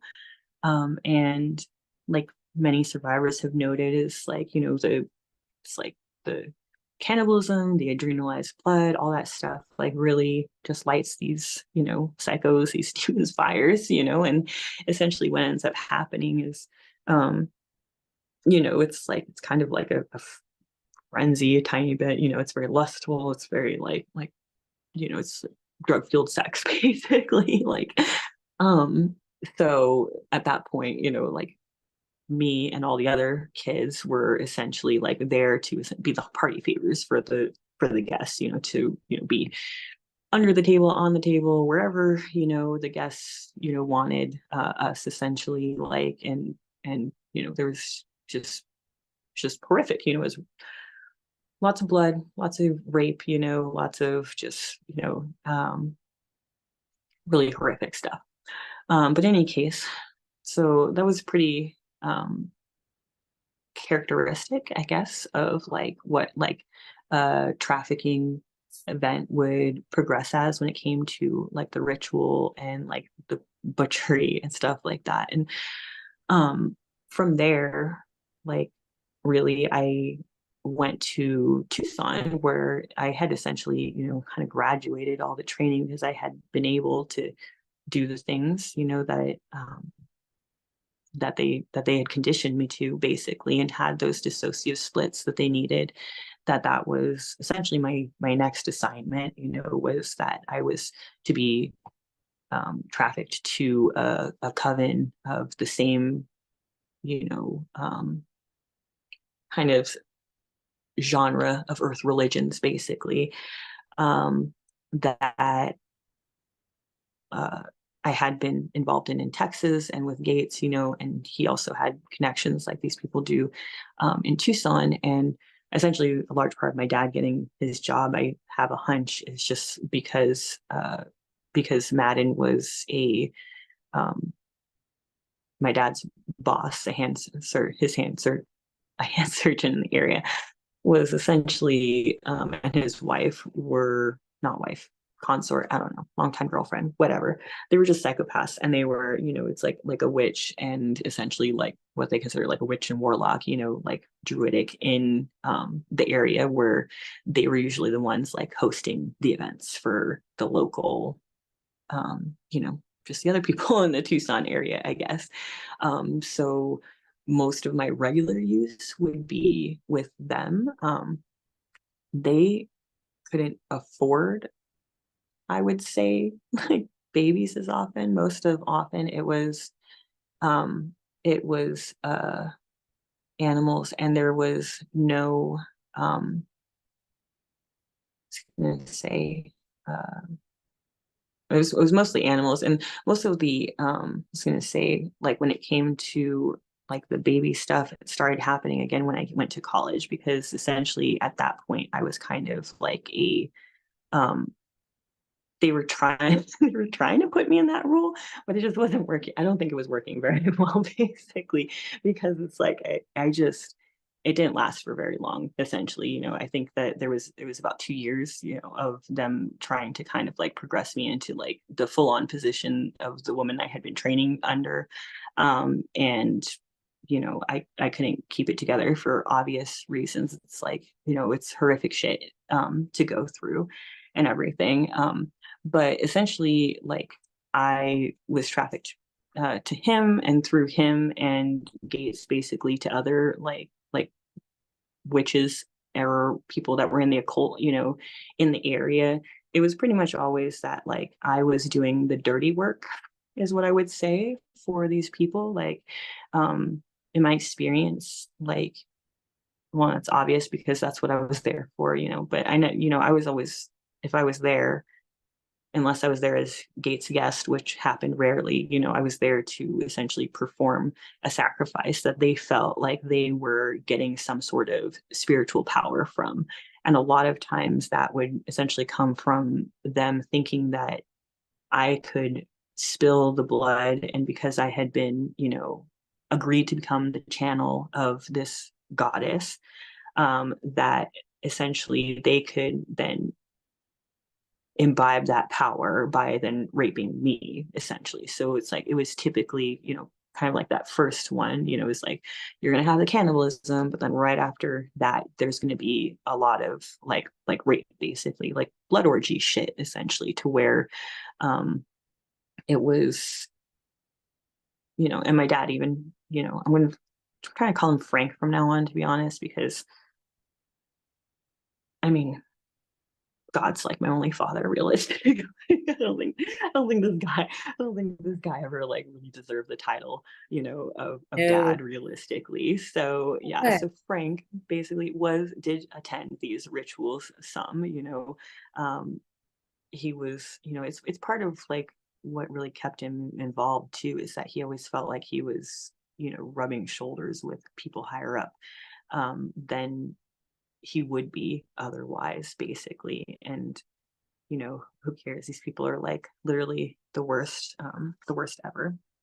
Um, but yeah, I don't know if that's like a lot. If you have any questions or No, it's really enlightening, just learning about this. And I just want to thank you you have such a like eloquent, artistic, and very down to earth way to explain really big concepts, and it makes it easier for us to sort of have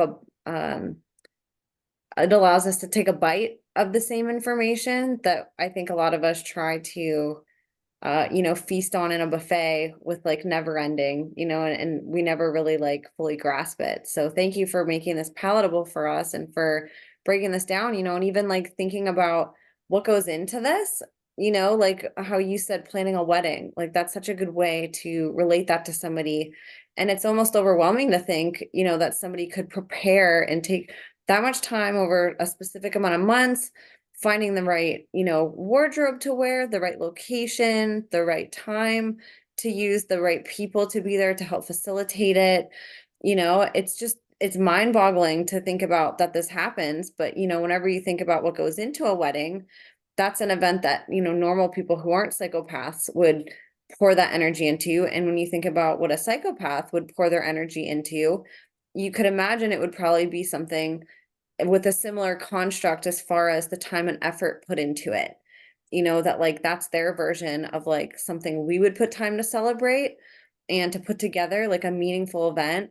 To a psychopath, that's like the inversion of it. They're not, maybe they do put energy and time into weddings, I don't know, but they're doing it for events like this also, and thinking about just the depravity of having a cocktail party and a dinner and then participating in all of this stuff at the same time and before and after. It's crazy to think about that that's, what people are getting off on doing and that they can just like party and enjoy themselves and like laugh amongst each other and participate in this at the same time. I think that's the part that is the hardest to grasp. But again, when you're thinking about, psychopaths, they're not like the people that you're going to see at a wedding, like wholesome people, and people that are close and care about community and protecting each other. Like these are predators getting together and, basically celebrating that they all have in common that they're abusive and horrific humans who, consciously choose to, and maybe not all of them are conscious, I'm not saying that, but at a certain level, the people like facilitating this at the top, like they're doing this from a place that's not wholesome, and this is like what they look forward to the same way that we might look forward to going to something like a wedding that's all planned out and, intricate details and expensive food and incredible, venue. It doesn't seem so weird whenever you think about it that way. It's hard to understand, of course, from a psychological level. If you're not a psychopath, it's really hard to imagine what goes through their head and like to come to contend with that. But that's a really relatable way to help somebody understand, I think, the intention of how they look at these events in comparison to something that non-psychopaths might do, So thank you for helping sort of distinguish that and for explaining this to us.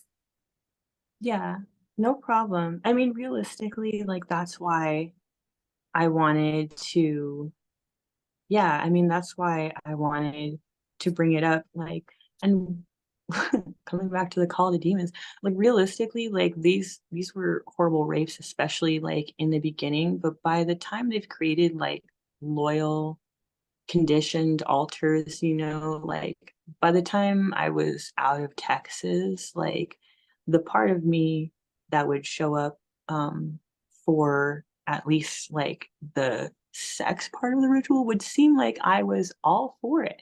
And that's like the thing that I think a lot of people need to like wrap their heads around is like because so much of our shit is performance, that can sometimes be the hardest thing to forgive of ourselves is to see, like the way that they've been able to make, parts of yourself perform. And realistically, like when you are also under the influence of like, you know, the blood and the drugs and all that kind of stuff, it's it's like you're saying, it's like they look forward to this every year. They're like looking like, or I guess this is the main thing I want to reiterate is that like it's it's like looking forward to a wedding, but it's something that they know is going to happen every year on a cycle. And we're talking about, a dozen events a year.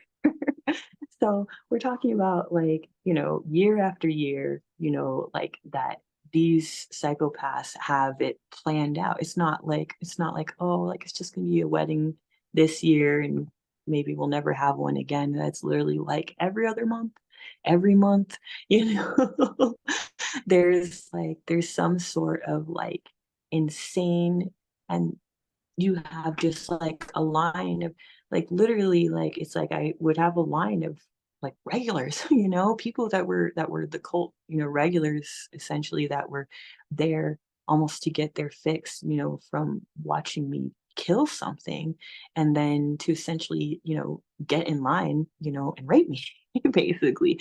Like, and like, and that's part of like why it was so fucking insane, is that like it's like being a prostitute times a million. It's not just dealing with one John, you're dealing with six Johns of both sexes sometimes, and it's like, are you going to be on the altar? Are you going to be over it? Like, what is it going to be? Because really, it's just about that particular um, psychopath and like what they've been excited about for that ritual. You know what I mean?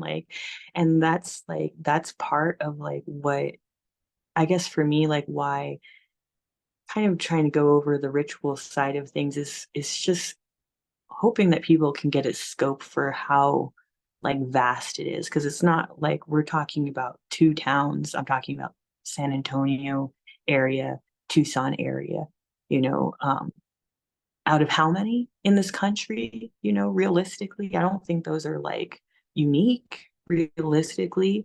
And I'm sure I wasn't even the only ritual going on in the Tucson area, when it came to those different holidays rolling around and stuff. Like, so it's like when you start piling up this number, of assaults, of victims, of murders, it's just it it just becomes overwhelming, and it's the kind of thing like where that's just one side of things that you know, to help survivors feel understood if it is anything like they have gone through, but then also it's like we're saying, it's like to think about this.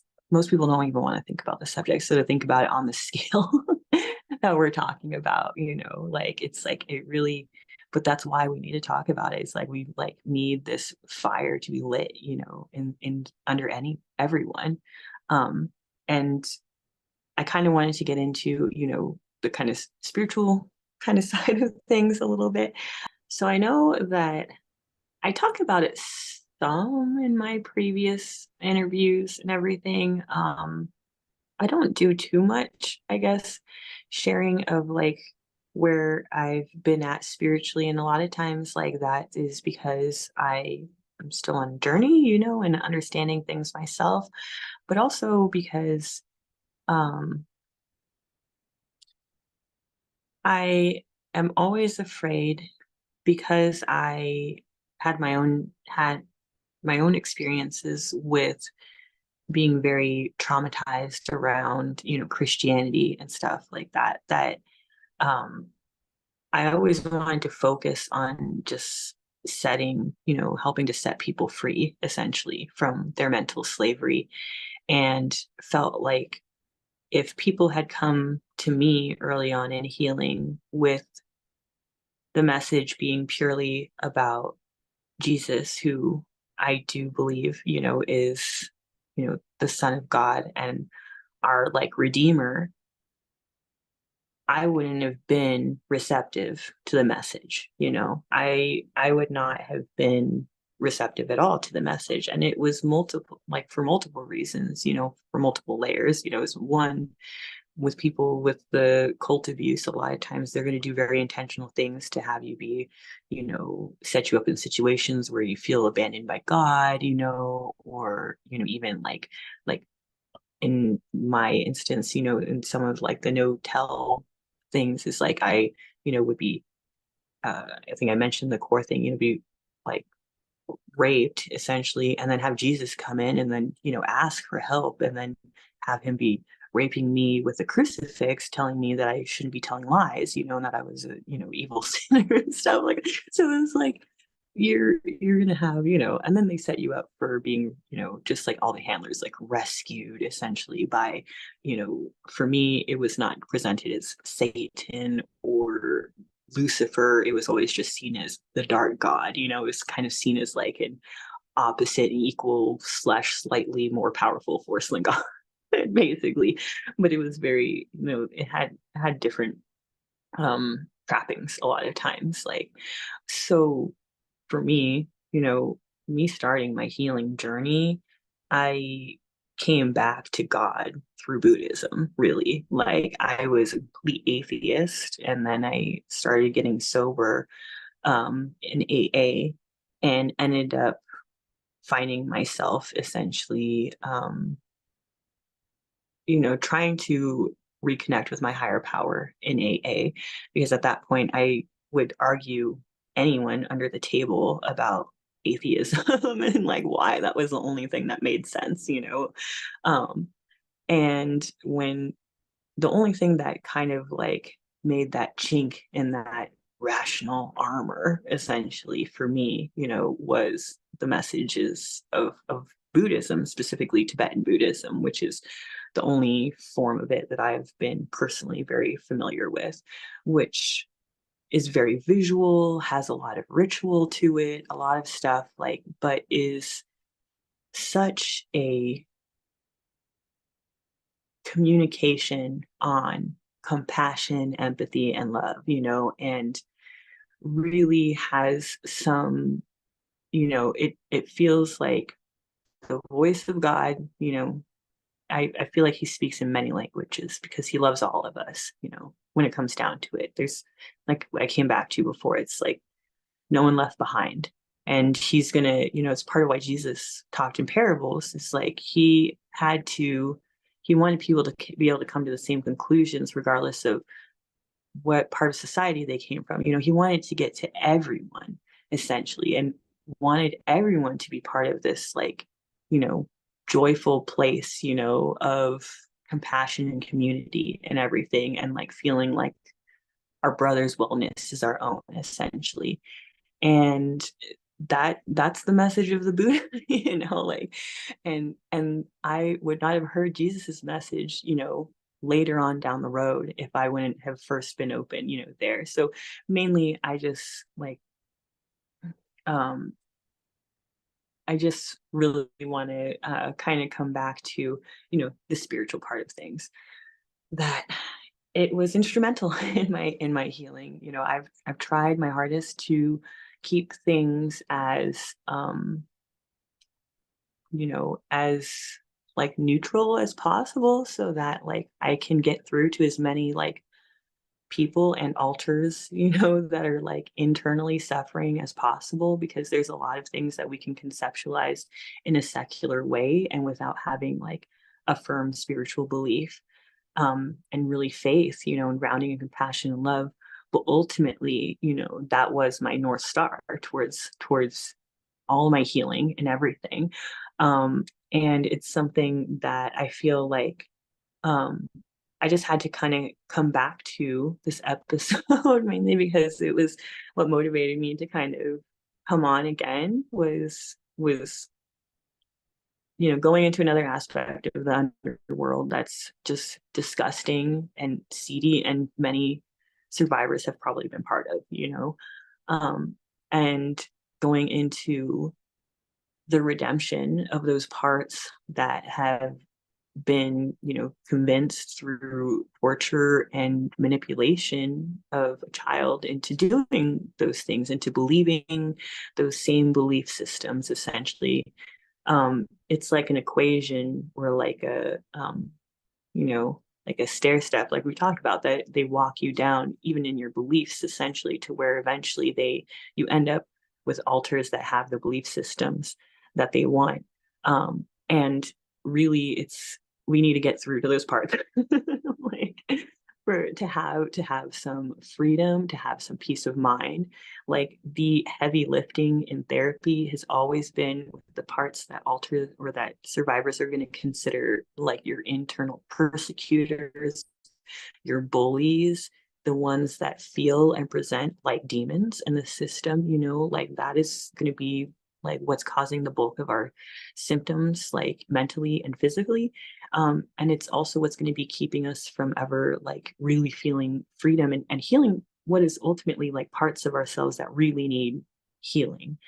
Um, so what I kind of wanted to get into was, you know, doing some demon hunting a little bit, because there's a lot of people I think that feel like they have demons, that really need to extend, some faith and compassion to themselves, essentially.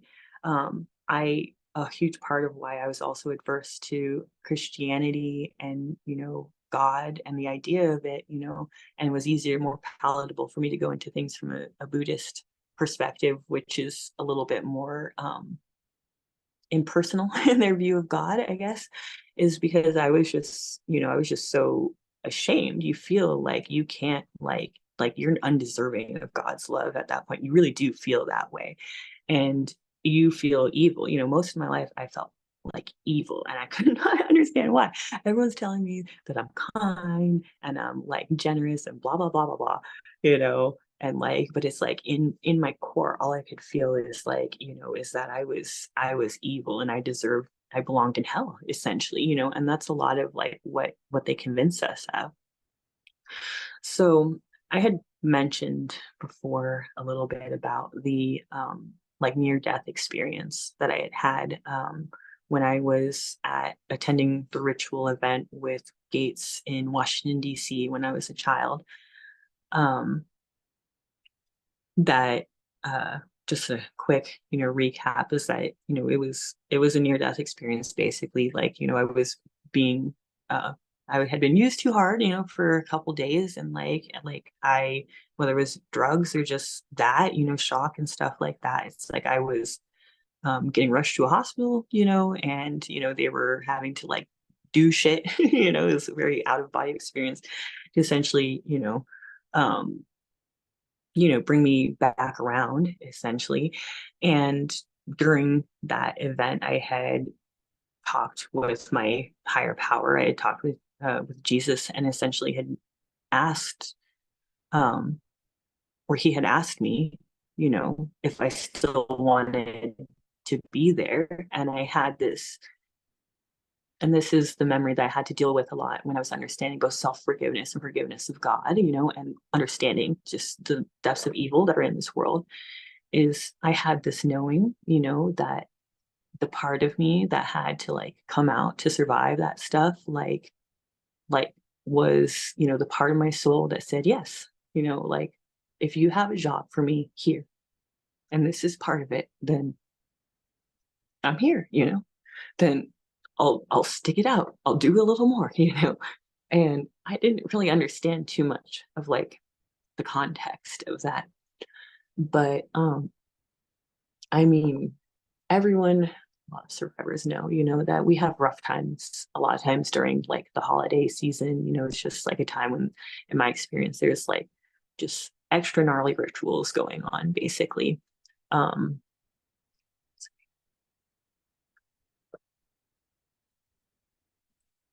so there's usually extra gnarly rituals going on.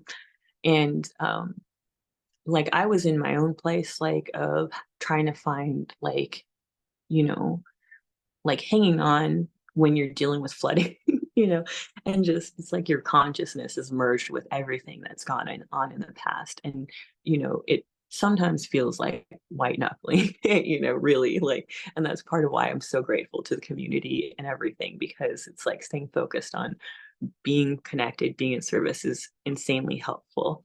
And God speaks through other people. You always hear what you need to hear, I feel like, through the people you surround yourself with. And essentially, like, I still felt like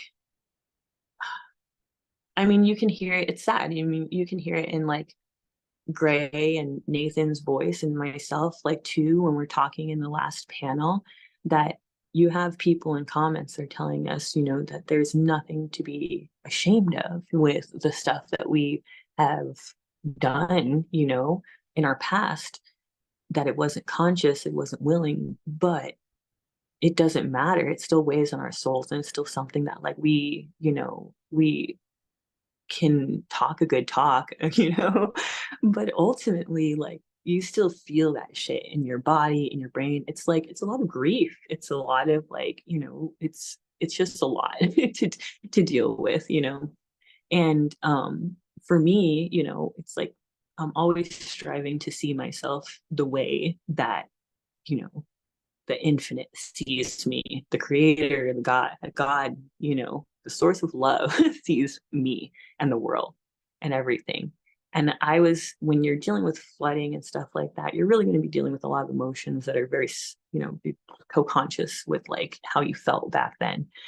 So it takes a lot sometimes to really like pump yourself up, essentially, and like be like, this is the right thing to be sticking my hand in this fire of healing, because I know on the other side of it, I'm going to feel that much more free. I'm going to have that much more insight and that much like more connectedness internally. It's a shitty place to be in though, still. Like sometimes you're just taking it one day at a time, you know? And for me, it's like where I still felt like this hang up with with my relationship with God and with Jesus, is like I had come to this place of working through my anger towards God and stuff like that. Like, because I had really understood through that memory that my being here was my complete will and choice, in this life, knowing exactly what, was installed in what was coming for me, basically, like who my parents were, et cetera, et cetera. Um, and but I still felt unworthy of that love. I still didn't understand at all, like I still just felt shame, like when it comes to all the innocent blood, it's like I understood that they were, God was with them too and everything, but it was still like this like hang up of being like, how? But how could you still love me and want me? Like it's like it just didn't like compute to me. And I knew that it was like because I feel unworthy, that's what keeps me, separated basically from my higher power and everything. That's what keeps me separated from God, is like my feeling of unworthiness, basically. And I felt like I was jealous. I was jealous of other survivors that I had felt like had had more profound spiritual experiences, to where I would hear over and over this like knowing that they had been, like totally redeemed by Jesus, And I heard your episode on S4E, actually, like where she was, I think she did too, where she went over her uh, testimony, which was incredibly, helpful, in the same way that I hope to try and be helpful to people, is, by being honest about all the stuff, that no matter how fucked up it is and crazy it is and everything, that it's like that's how you get through to people, that's how you make the connections and help people heal. So essentially, she went over her dream that she had about the roses that Jesus had given her, where she seemed like when she had that dream, she was in a moment of feeling like I was feeling, where she felt like her intense fear, because she was certain with her life that she was going to be brought to hell. And what ends up happening, is that, Jesus shows up himself to kind of like give her the third option, to, give her not a single rose that lets you into heaven, but a bouquet of roses, to like really acknowledge kind of like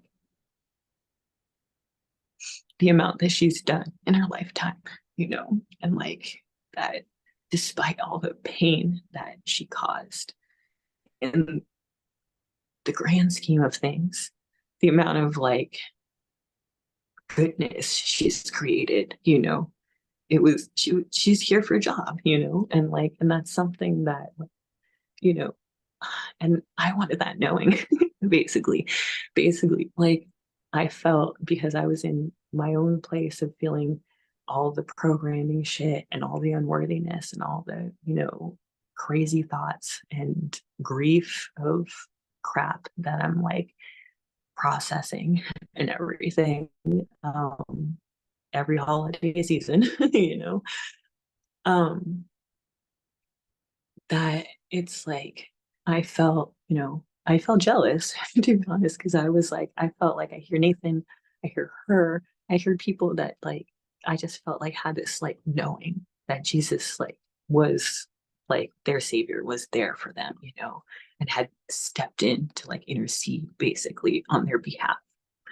And I got my own knowing, you know, and it was really like for me, has been like a huge turning point. And I wouldn't have had it, unless I would be on this journey here, and just with you and stuff, but it's worth it to like not feel evil and unworthy for once in my life, Um, You're okay. Water's good. You gotta stay hydrated. so, so basically my own dream, my own knowing, um, was that people have various opinions on reincarnation. I know I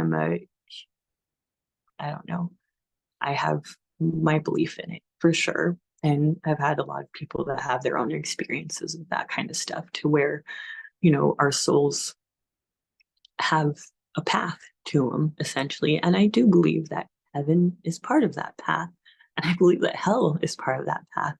But I also believe that the path is very, very long because it's like we said with God, is like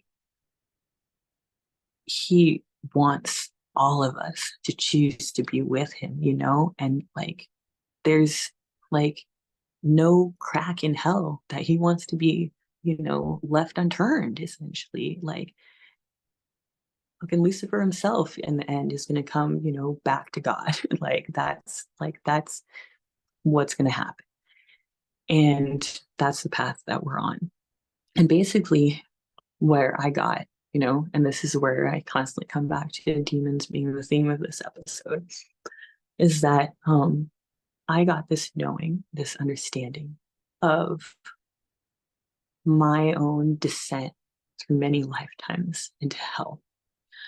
That I had been many lifetimes ago, someone that had been lured away from God by little temptations, but that lifetime after lifetime, those attachments and the desire to turn away from God because I felt guilty in my soul for the ways that I knew that I was like choosing to turn away from him.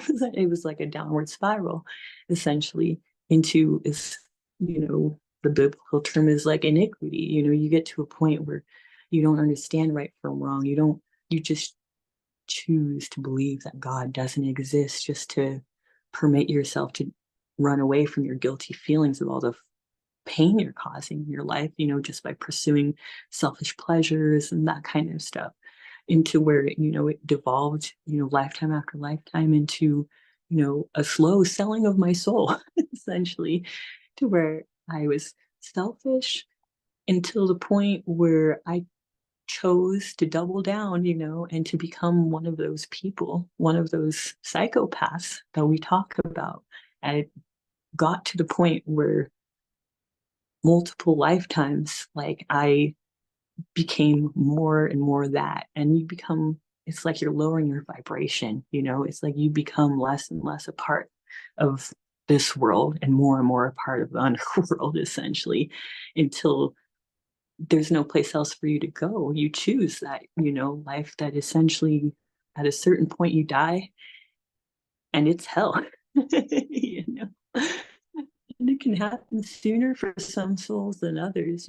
For myself, I remembered it being a long process, but it's like I had this, the first part, of the dream was actually of being in hell. It wasn't that knowing of how I had gotten there initially. It was literally just the torture. It was being surrounded by flames and agony and a demon that was enjoying torturing me in all the different ways that you could.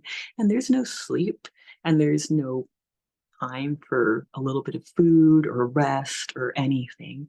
And because you're a selfish spirit, I was just consumed with hatred, with feeling like I was a victim, like all I could think about was my pain and when it would stop, which was never. And it was just, and still this like doubling down of like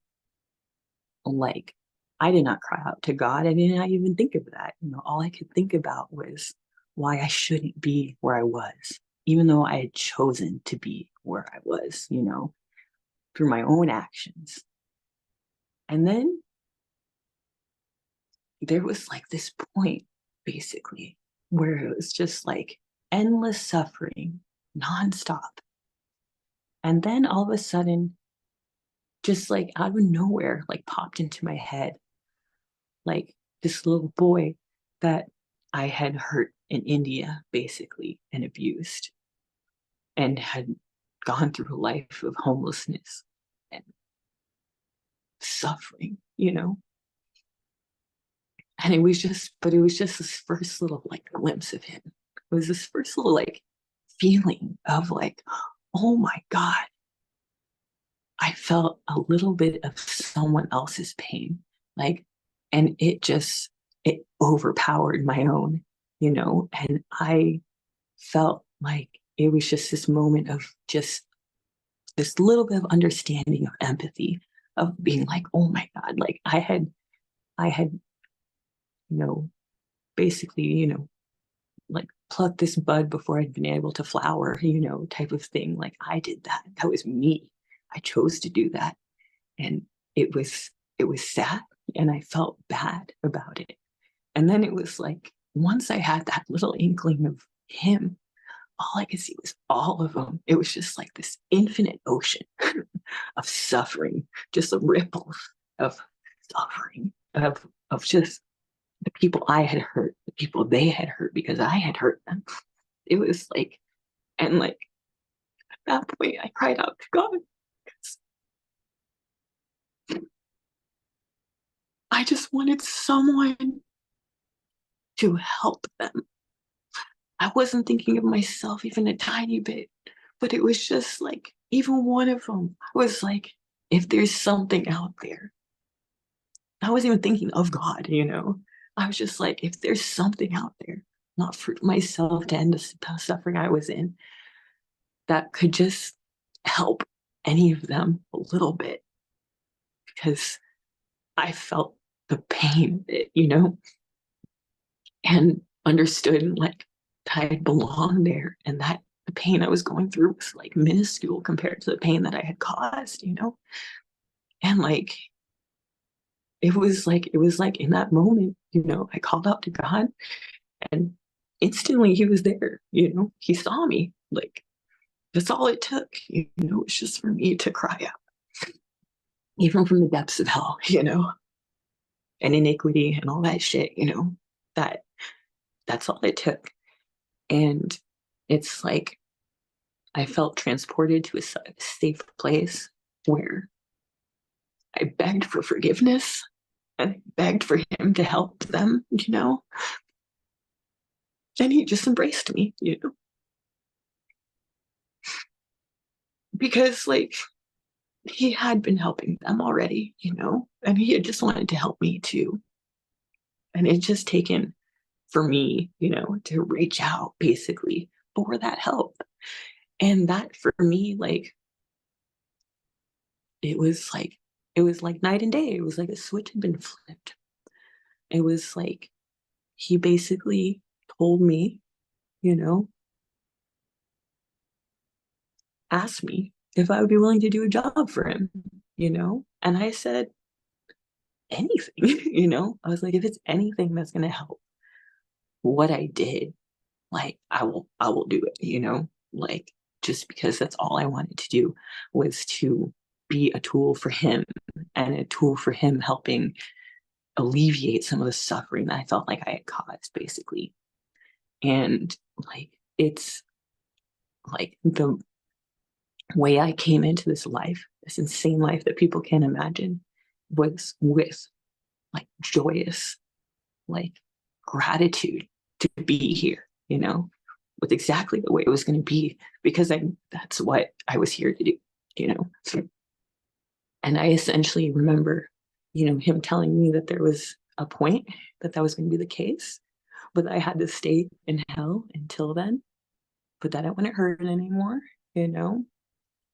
And then I was, essentially incarnated, when my mom, when Frank, conceived me with my mom, essentially, like, there was going to be a baby, a soul born that was going to go through all that shit, and I wanted it to be me, just to make sure that it wasn't someone else, And this is part of why I love Buddhism too, because this is the idea of a bodhisattva. That's what they talk about with people, survivors, everyone, their souls that chose to come here and endure suffering to just try and help alleviate the suffering of others a little bit. I would say you're in that camp too. I would say a lot of people are, and that's like, that was my knowing, and the amazing glimpse, like the amazing glimpse that I got as I was like bouncing out of hell. Like, okay, I'm about to be incarnated, like, peace, like, there's a light, there's the tunnel, like, I'm out of here, prepared me for, basically. What I saw was like the demon that had been torturing me, like, look at the whip in his hand and like just have this like moment of like, what am I doing here? It was like almost like a I don't a positive infection. I don't know what to say. It was almost like I could tell like I had like tainted it with the Holy Spirit or something, you know, like as I left, and that he had, because he had just in that instant had a little moment of feeling like, why am I doing this thing, and not having the feeling of I'm fucking enjoying this thing. You know what I mean? It was like the first like crack in that soul's armor, basically. So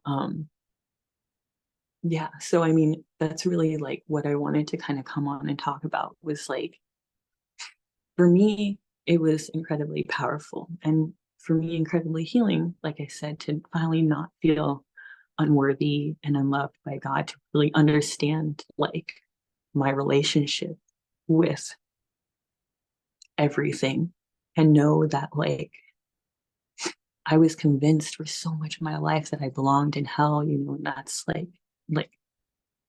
you better believe like Satan tries to draw back, those ones that he's lost, for sure, for sure. You know what I mean? But part of how he does is by convincing us, that we really do belong to him and that we belong there, and that's what so much of the programming is, and so much of the ritual abuse and the spiritual abuse and all that shit, it's just to make you come to these conclusions that keep you in a prison mentally, keep you in hell spiritually, when that's not how God wants us to see ourselves. It's really not. If we're on the path of healing, it means that we're not like our abusers, and it means that we do belong to him regardless of how we feel, at the time. And sometimes it's easier said, than felt and everything. But all I'll say is like, my prayers are always answered in their own time, sometimes sooner and sometimes later.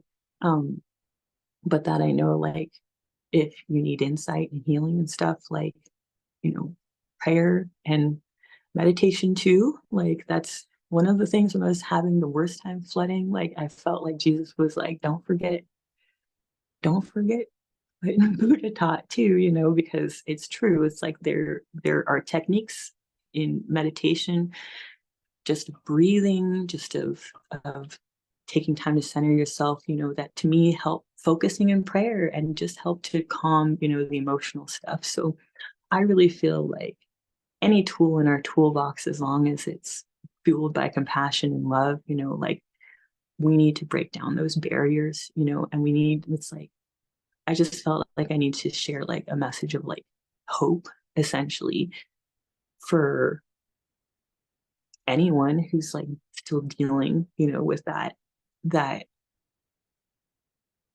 you don't belong, you don't belong in hell. You do, like, everyone belongs to God, and a quick word, on demons and what they are, in the system. Um, but I think I'm gonna take a drink, see if there's like, I feel like that was long. Yes, of course. I appreciate you sharing everything that you're sharing. And I feel like I could cry even more just contemplating what you said. So powerful. But you're right. Like, this stuff can be really hard to contend with, for people, especially just getting started on sort of their healing journey. And society doesn't take into account like the emotional scarring that the spiritual abuse has on somebody. Like, it's not talked about a lot. It's separated from therapy, and people really deal with, finding hope. Like, that faith and hope, like, comes from, doesn't have to be God, it doesn't have to be Buddha, it can be whatever, it can be the universe, source, whatever somebody's comfortable with having faith in. But to consider not having faith, like, that's a really dark place to be in. And we don't talk about that enough. And Right, I'm like right, right, trying right, so right. hard not to cry after listening to what you said. Um, but I think, as a society, there's a lot of people that do have faith in something, and there's not enough compassion for our community. A lot of times, even within the community, people get very convicted with their beliefs, and they lack that compassion to understand where somebody might be in their journey. And I love how you were vulnerable enough to share that with us, because that is something that a lot of people struggle with, and they sort of turn away from certain avenues of getting help or support because they're just not there in their spiritual journey to be able to accept what somebody believes with all of their own heart, you know? Mhm. And I think it's so beautiful that you had this realization, and it's so, again, I let like heartbreakingly beautiful comes to my mind when I consider what you said in having this almost karma over different lifetimes to where you knowingly chose this so other children didn't have to suffer. If I had to be somebody, like, you wanted it to be you, like one less child that would have one less random child that would have to suffer, that you would step in and take their place. Like, oh my gosh, what a realization to have, and to almost like, give purpose to your suffering. I've mentioned one of my favorite books on here before is called Man's Search for Meaning, and it's by an author and Holocaust survivor named Viktor L. Frankl. And one of the things that I should say the biggest lesson of this book, aside from, listening to a tremendous story of survival, just like how you and others on the show come forth and share, his own story, that's really the meat and potatoes of his book. When you get past what he went through and him sharing his experiences, is finding meaning in his suffering. He made such a good point that we put meaning behind things that are happy and joyful, and things that we look forward to accomplishing and that feel good.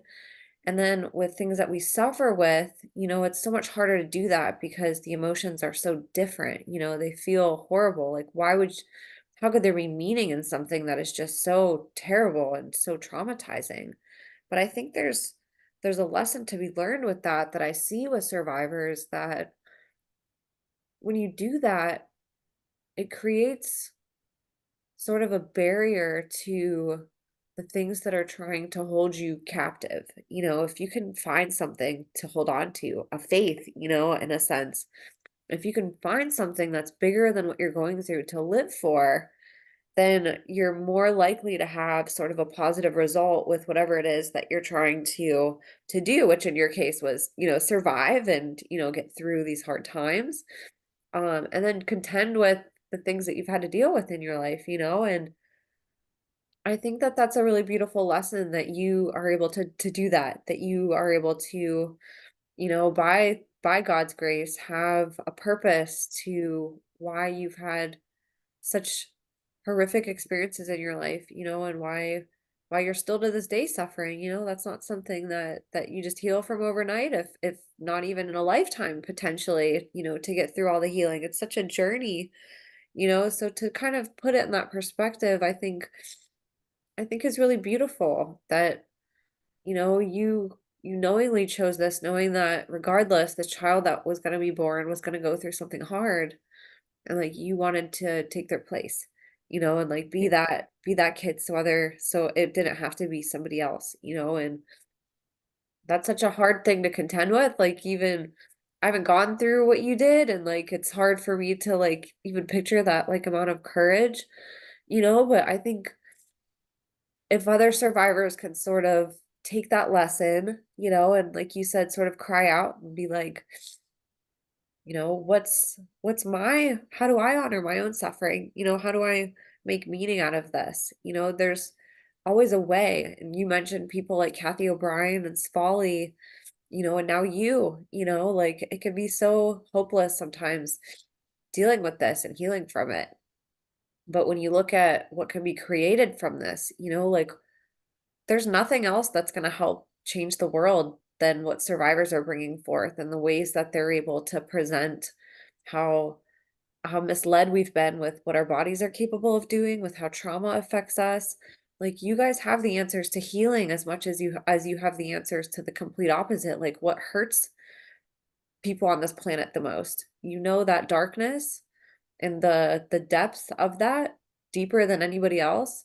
And you also understand the opposite of how you can take that and invert it, just like how they do with what's good. You can invert it back to what's good and present to us how we fix it. What's the solution? Like, love, compassion, of course, justice and whatever that entails, but I think if anybody's gonna change the world, it's gonna be survivors. Like, I feel that in my gut, and like having people like you have those realizations, I think leads to being able to create beautiful things and to realize that like this mission's bigger than you. Like I said, you don't come forth and share your story because of you. Like, you would probably rather not talk about this for the rest of your life, but you do it knowing that it could save somebody's life on the other side, that it can change the world in some way. And now you're starting to create things yourself. You have this amazing podcast that you do, and you're sharing advice and sort of being the leader that you didn't have, taking initiative and saying, well, what would I have wanted to have access to when I was first learning about this? Or, even if you're a parent or an ally, like what would have helped me in my journey that somebody else wasn't doing? And I think if all of us, especially survivors, can sort of contend with that and say, what can I do with my suffering? Like, how can I bring meaning to it and purpose? And how can I change the world with it? Like, knowing that other people like you and Kathy O'Brien and, all these other amazing survivors are creating, you know, there's more of us than the people on the other side. And we can just as easily create an amazing reality as easily as they've manufactured this really horrific one, Yeah. Uh, so I just wanted to share that. I think that's a really beautiful realization, and it deeply touched my heart. And, I appreciate you sharing your struggles with your own faith, because you're not alone with that, and you're helping other people not feel alone, because a lot of people are struggling with figuring out what they can have faith in and how to trust, whether it's God or even just their ability to have faith, and it's a really amazing story to see how your struggles and these sort of negative emotions ended up turning into something really beautiful for you because you never stopped believing that there was something else. So thank you so much with all my heart for sharing. Like, that really touched my heart like every episode does. I feel like every episode is like so emotional because you touch on just so many deep parts of, of this, whether it's the actual trauma itself and the events in the physical world or, these spiritual aspects that that can also be just as traumatizing. So thank you for being vulnerable and sharing, Carrie.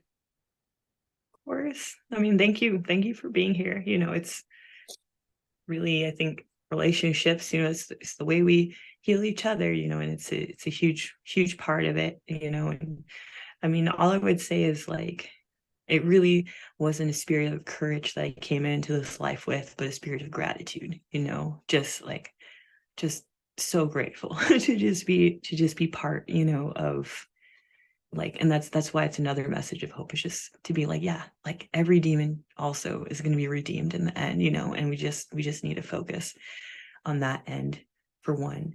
But for two, is kind of like your recent guest Casey, was talking about, like, with mind blowing, with the nonverbal autistic kids that she's been working with, um, that it is all hands on deck right now when it comes to God's army. And that, just like that quote that I said, like, all of us have been targeted and injured and just insanely traumatized, and but what has come of it too, is that God always turns things around, like we see this Luciferian inversion, but we see too that it's like, I mean, even look at COVID, like you wouldn't have had a podcast, I don't think, if like that wouldn't have happened. And everyone agrees that that was like the wackest, so realistically, it's like, it's like that's what I saw, is like 2020 was like everyone's worst year, but it's like when everyone woke up, like everyone started paying attention a little bit more to in a higher degree, over the past decade they've been paying attention, been paying attention a lot more to this. But that's also part of why, like, it really felt like a message of like hope to me, is to really see how, like, when Jesus assigned me to this role, to this life, essentially, like, it's not just that I was seeking redemption and help, just being able to help some by, taking that on. It's also the fact that, it's you have a double agent, like, he knows that I'm a soul, like many survivors, I think, that have come out, that's going to be incarnated into a family that's meant to continue, a line of iniquity. But instead, what ends up happening is we break the cycle, and we end up doing, like, they do everything they can to destroy us and control us, but it ends up like we can just turn that around. If we do get free, we can turn those things around to help us, to help validate us, but ultimately, like, we were the spies in the organization that they never wanted, like, essentially, like the all of this for, centuries, this trauma-based mind control has just been about secrecy, about keeping these techniques under wrap, keeping the secret control mechanisms of the world, which is based off of blackmail and, prostitution and drug trade and weapons trade, all this stuff, behind the scenes. And it's all the same, regardless of whether it's right, left, or center. It's, if you're talking about a certain class of people, like they all go the same rituals. It doesn't matter how they present on the outside, So that's also like why it's like, it really feels like, it's like when I heard Casey's message, from the kid, that, that it's like I had always felt in my gut that there was this, it was more than survivors, it was more than allies that are choosing to look at this, that there's help being sent, from above, from all directions, you know what I mean, at this point, and things are going to get turned around regardless. I think it's easy when you start focusing on these things to get kind of black pilled, because you start realizing the depths of humanity and the depths of how far we've come, really, like, because like I said, it was consistently bad when I was a child, and it was like an assembly line then, so it's just gotten worse. They just keep dialing down things, but regardless, it's like the human spirit is just going to continually find ways to to overcome, essentially. And what I keep seeing is us getting the upper hand, that it's like as much shit as they're throwing at the world, and survivors and everything, like, sure, they're getting increased technologies, increased DNA fuckery, increased, but when you really understand everything's frequency, all of that is just more illusion and intimidation to just convince us that we don't have any power against, the evil that's out there, so that's kind of what I wanted to focus on and maybe end on, I guess, like, we'll get to the memory the memory retrieval stuff at some point, like, if it's helpful to people, or maybe I'll just do it with a Q&A if anyone's interested, or whatever you feel, would be helpful or whatever. But really, I guess that's kind of where I wanted to like kind of come back to, is like, when it comes to demons, like, constantly coming back to that in the system. And John puts this very well, your guest that comes on frequently, the therapist, he puts it really well, just bringing up that, like, in almost any case he's seen, and in any case I've seen, when we think that there's literal demons within our system, within our body, it's kind of giving the devil more power than he has, essentially, that these other realms have power to influence us, and that's how I see it. It's the power of influence, it's the power of convincing, it's the power of just like consent, that I come down to it where I don't fucking know anything, but I come down to where I see it two ways, is if we want to say, when survivors are dealing with demons in our system, that it's a literal demon, what I'm going to say is these altars are doorways, essentially, to these influences, and all it takes is to shut that doorway. But that thing doesn't belong, that influence, that voice, whatever, you know what I mean? And that in every instance I've found, like, whether or not those demonic voices essentially come from literally the other side, whispering, from attachments, yada, yada, could be a possibility, that have been, especially if you've been through rituals and you're going through drugging, trance, hypnotics, the trauma, all this suggestion being told to you that you're essentially becoming this demon part, that essentially what I want to come back to is just a little challenge, to be like, it's one of two things, it's either like an actual demon, in which case, in my experience, survivors that try and just banish the demons suffer endlessly with symptoms, because ultimately, whether it's outside influence or just a part of us that has been convinced to play that role internally, it's still an injured child part that needs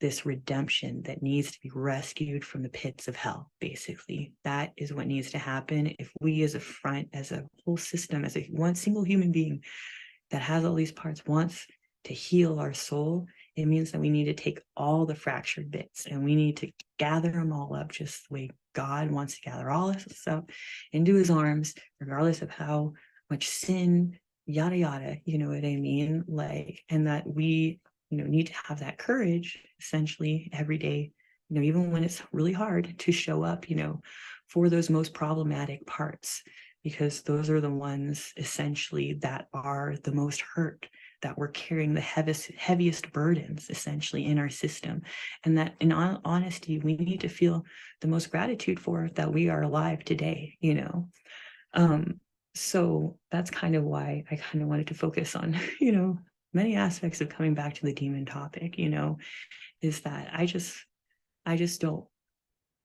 want people to give up on themselves, essentially. And that's, I feel like, where people get convinced of when they really believe, that like they're in the clutches, of hell. And that really, it's like my story, it's like all it takes, no matter how bad what that part went through was, all it takes is to just finally say, like reach out, to call out, and to even if we don't feel worthy, at the moment, to essentially, still reach out, still keep doing that, because to do anything less is to, be on the side of our abusers, and to, I don't know, choose not to rescue parts of ourselves that are very deserving of being rescued too. So thank you so much again. I hope, I feel like I'm always all over the place, but I really like being able to talk to you. All the community has been, uh, you know, I can't even say it, revelatory experience. It's been amazing. It's helped me so much on my journey, and it's, if it's helping a few other people, but it seems like it's helping more, like, fuck yeah, like that's what I'm here for. And ideally too, like, I was very intimidated by the numbers at first of people that have like seen me talking about horrendous things, but realistically too, like from a safety perspective, like I said, it's like these people fuck with you when they know that you are remembering regardless. So it's like, did I want to silent suicide, or did I want to have an opportunity to tell my story? And I kind of come back to this little morbid subject because I, I, like I mentioned before, I was told I wasn't going to make it to my next birthday, and I might not, because who knows what God's plan is. Like, I can never know. But all I know is, like, I've gotten to the point now, where I know where I'm going after I die. You know, I don't have the fear anymore that I belong in hell, and that to me, as part of this journey, has been like reward unto itself, to finally not feel that resistance in my relationship, with my creator. So, yeah, I think that's all I got for today.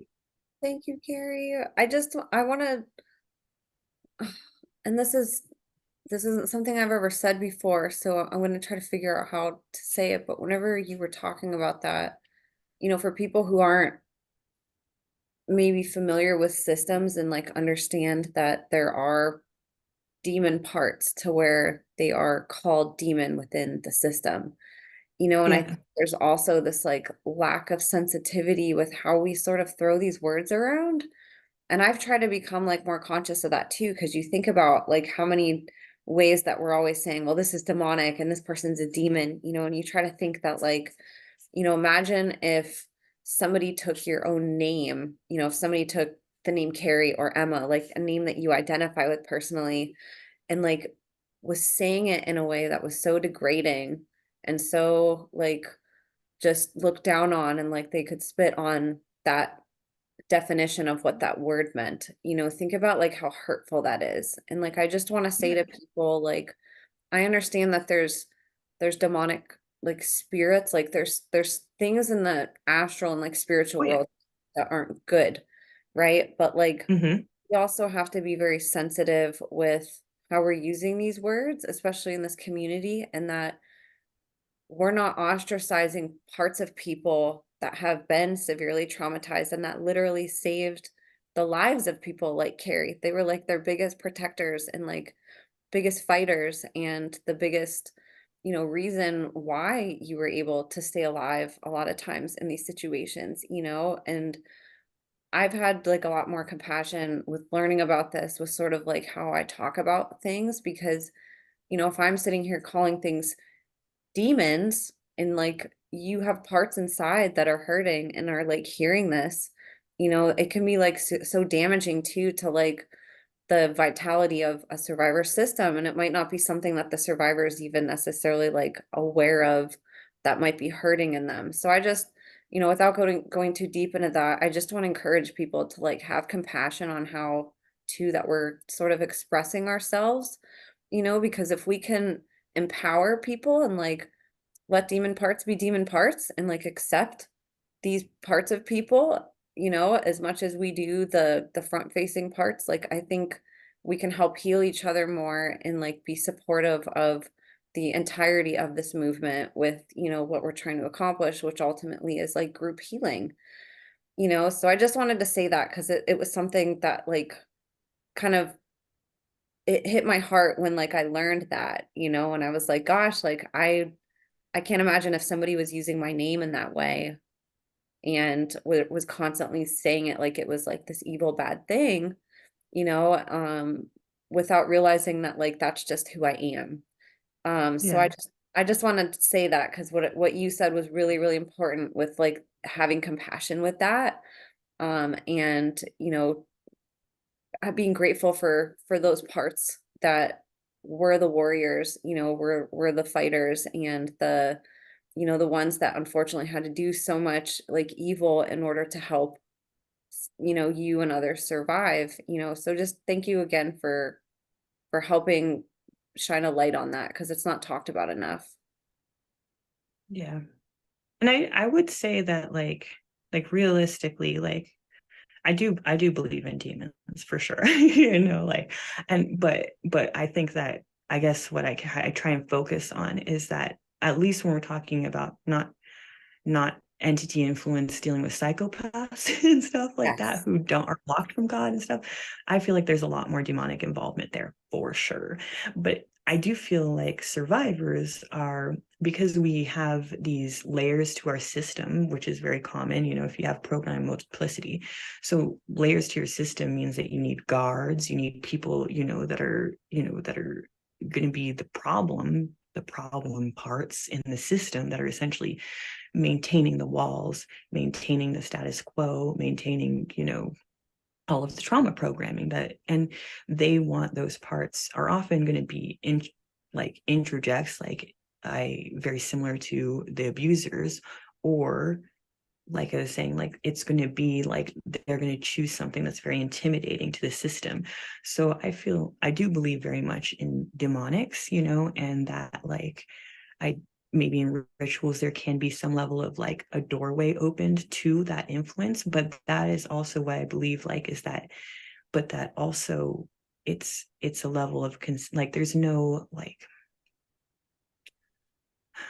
like our soul isn't ours to sell. So like this idea that there's like this contract that we can sign, or a ritual we can go through, or whatever, that then gives some demon or multiple demons possession of all or part of our soul, essentially, is bullshit. Isn't like, but if they can convince a small hurting child that that is true, then the results within the system are identical. Basically, that's kind of what I like to come back to.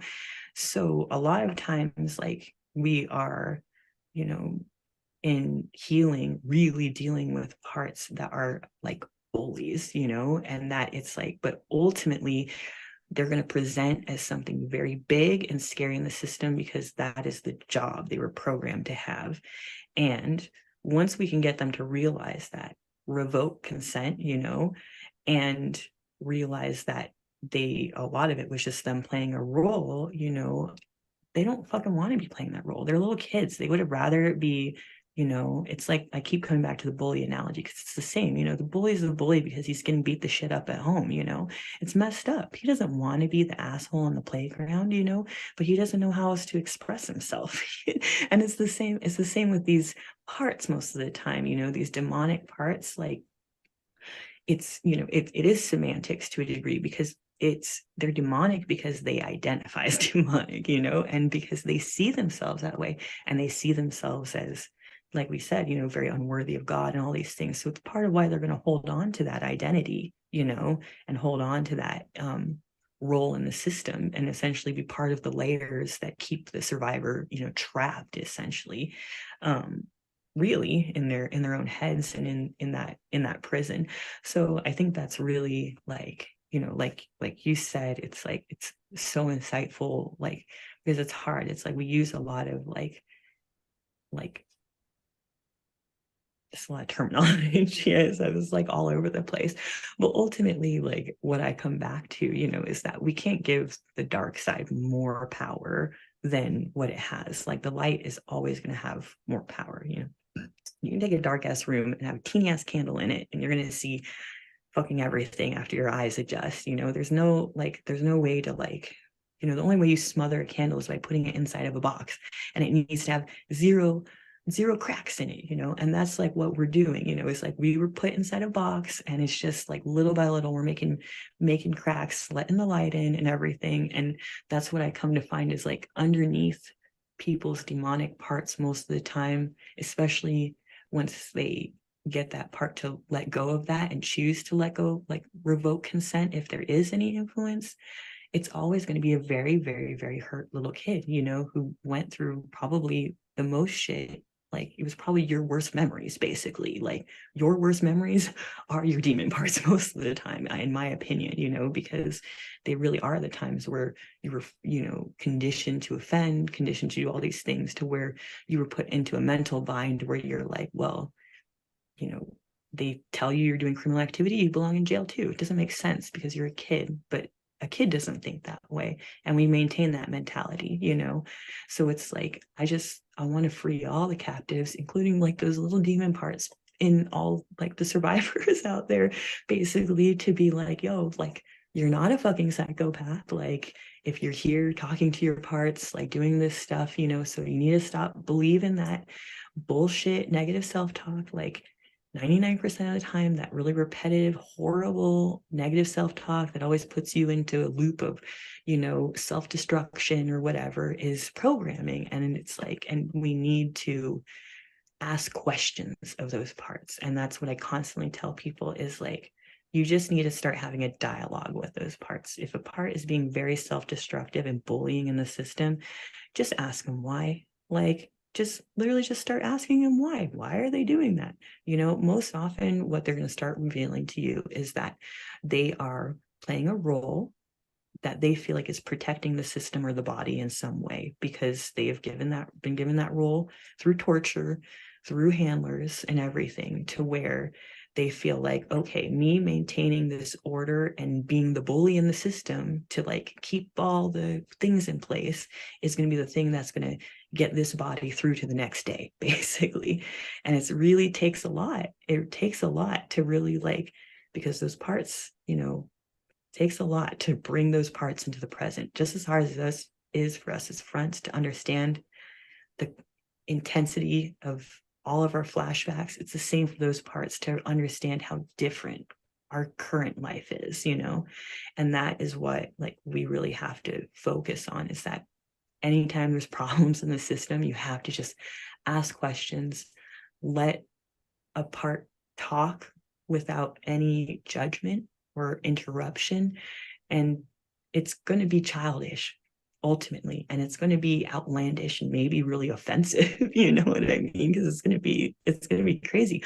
But because we're adults now doing this investigation, we're going to be able to look at that and really understand, like looking at the writings of a bully, what's actually going on here, and start actually forming a connection and everything that is going to create that step by step, that redemption in the system, where you can start, taking all those abuser allied parts, that is the ones we struggle with the most, and just little by little bringing them into current reality and taking away a lot of those defensive, I don't know, side effects, symptoms that we have mentally and physically when we're trying to heal and everything. This was an extremely healing conversation, Carrie, and thank you so much for, again, like shining a light on the darkness, and, for your courage to talk about just such vulnerable, precious moments in your life, horrors beyond comprehension, and, just the sheer miracle of, survival and healing, and, what it can look like on the other side of something so dark, scary, and horrific. You're such a warrior. You are such an inspiration. You're such a role model, and I'm so grateful that you're a parent. I'm so happy that your little son gets to learn from such an amazing woman and to have the protection of you and your partner.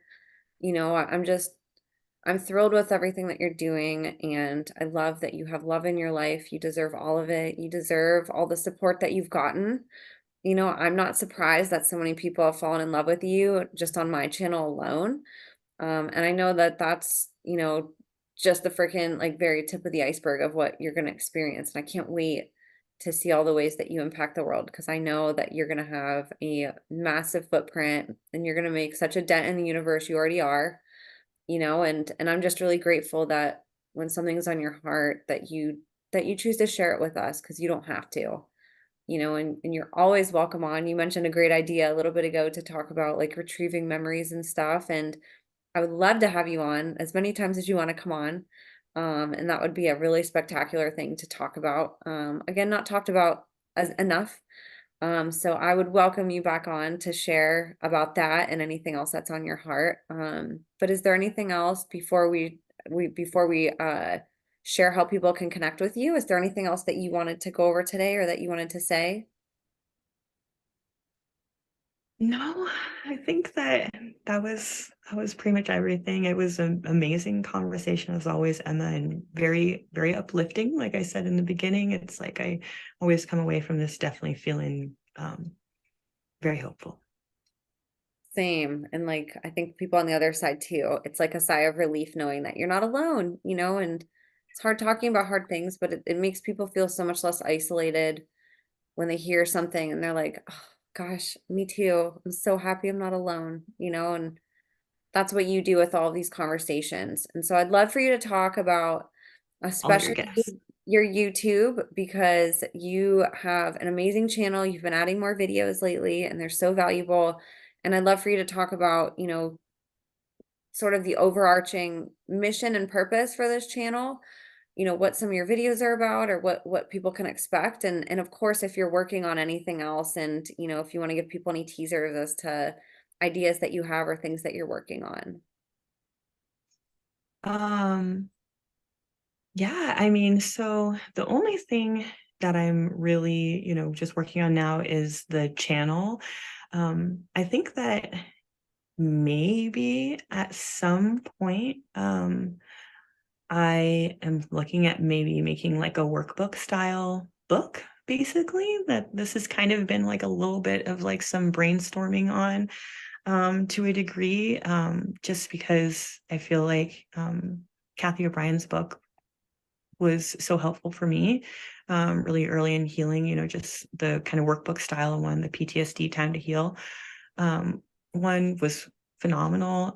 So I had always thought about maybe doing something along those lines. So I mean, I'd be interested to know if people would be interested in something like that, and then other than that, it's just going to be me just posting as often as I can. I work and I mom, and I really hate for as much as healing is like super important and foundational. I like hate for it cutting into my mom time. So the videos don't have any sort of like rhyme or reason to when they get posted. So I do my best, everyone. And I'm sure at some point, I'll just continue to grow. I'm going to try and do an audio one just so that I can maybe do a little bit more content, but I have to get through these diagrams first. Oh, that's so exciting. I love your channel. Your channel is such a help. And even, it's so powerful for survivors. And I even think like therapists and, different people who work with survivors can benefit from all of this. But it's also important, like it's literally for everybody. I think anybody can go on here and learn something. I found it extremely helpful myself just in being an ally. Like your videos, I'm a creative person. And so hearing how you break down stuff like connects dots for me in some ways that other people haven't been able to, just with their explanations, not because it's not a good explanation.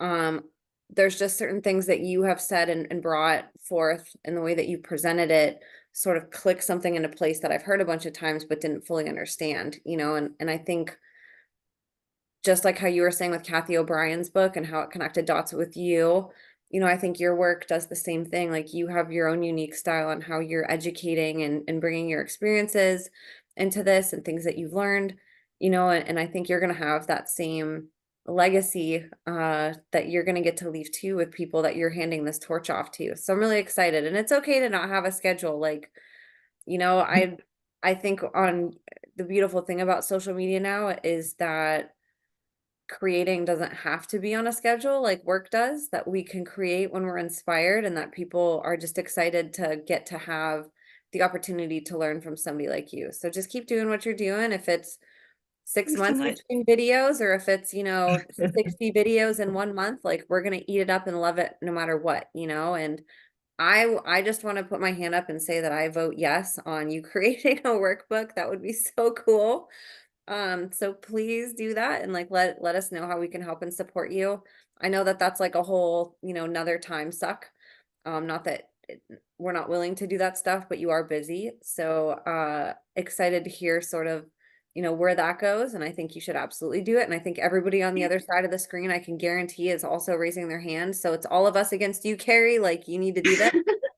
But just thank you for, putting all this together. I know how busy you are, and these videos, some of them are you know, almost an hour long that you've spent your free time, if you even get that, creating for us. So thank you for creating all this free content and for doing these interviews and, staying up late on a Friday night with me. I really appreciate you and I know that everybody else does too. And are you using Twitter currently? Do you want to share your Twitter page with people No, too? I can barely, I'm really bad at social media and I can like barely keep up with the YouTubes right now. So, yeah, so I think I have a Twitter account. Feel free to follow me on that if I ever do anything with it.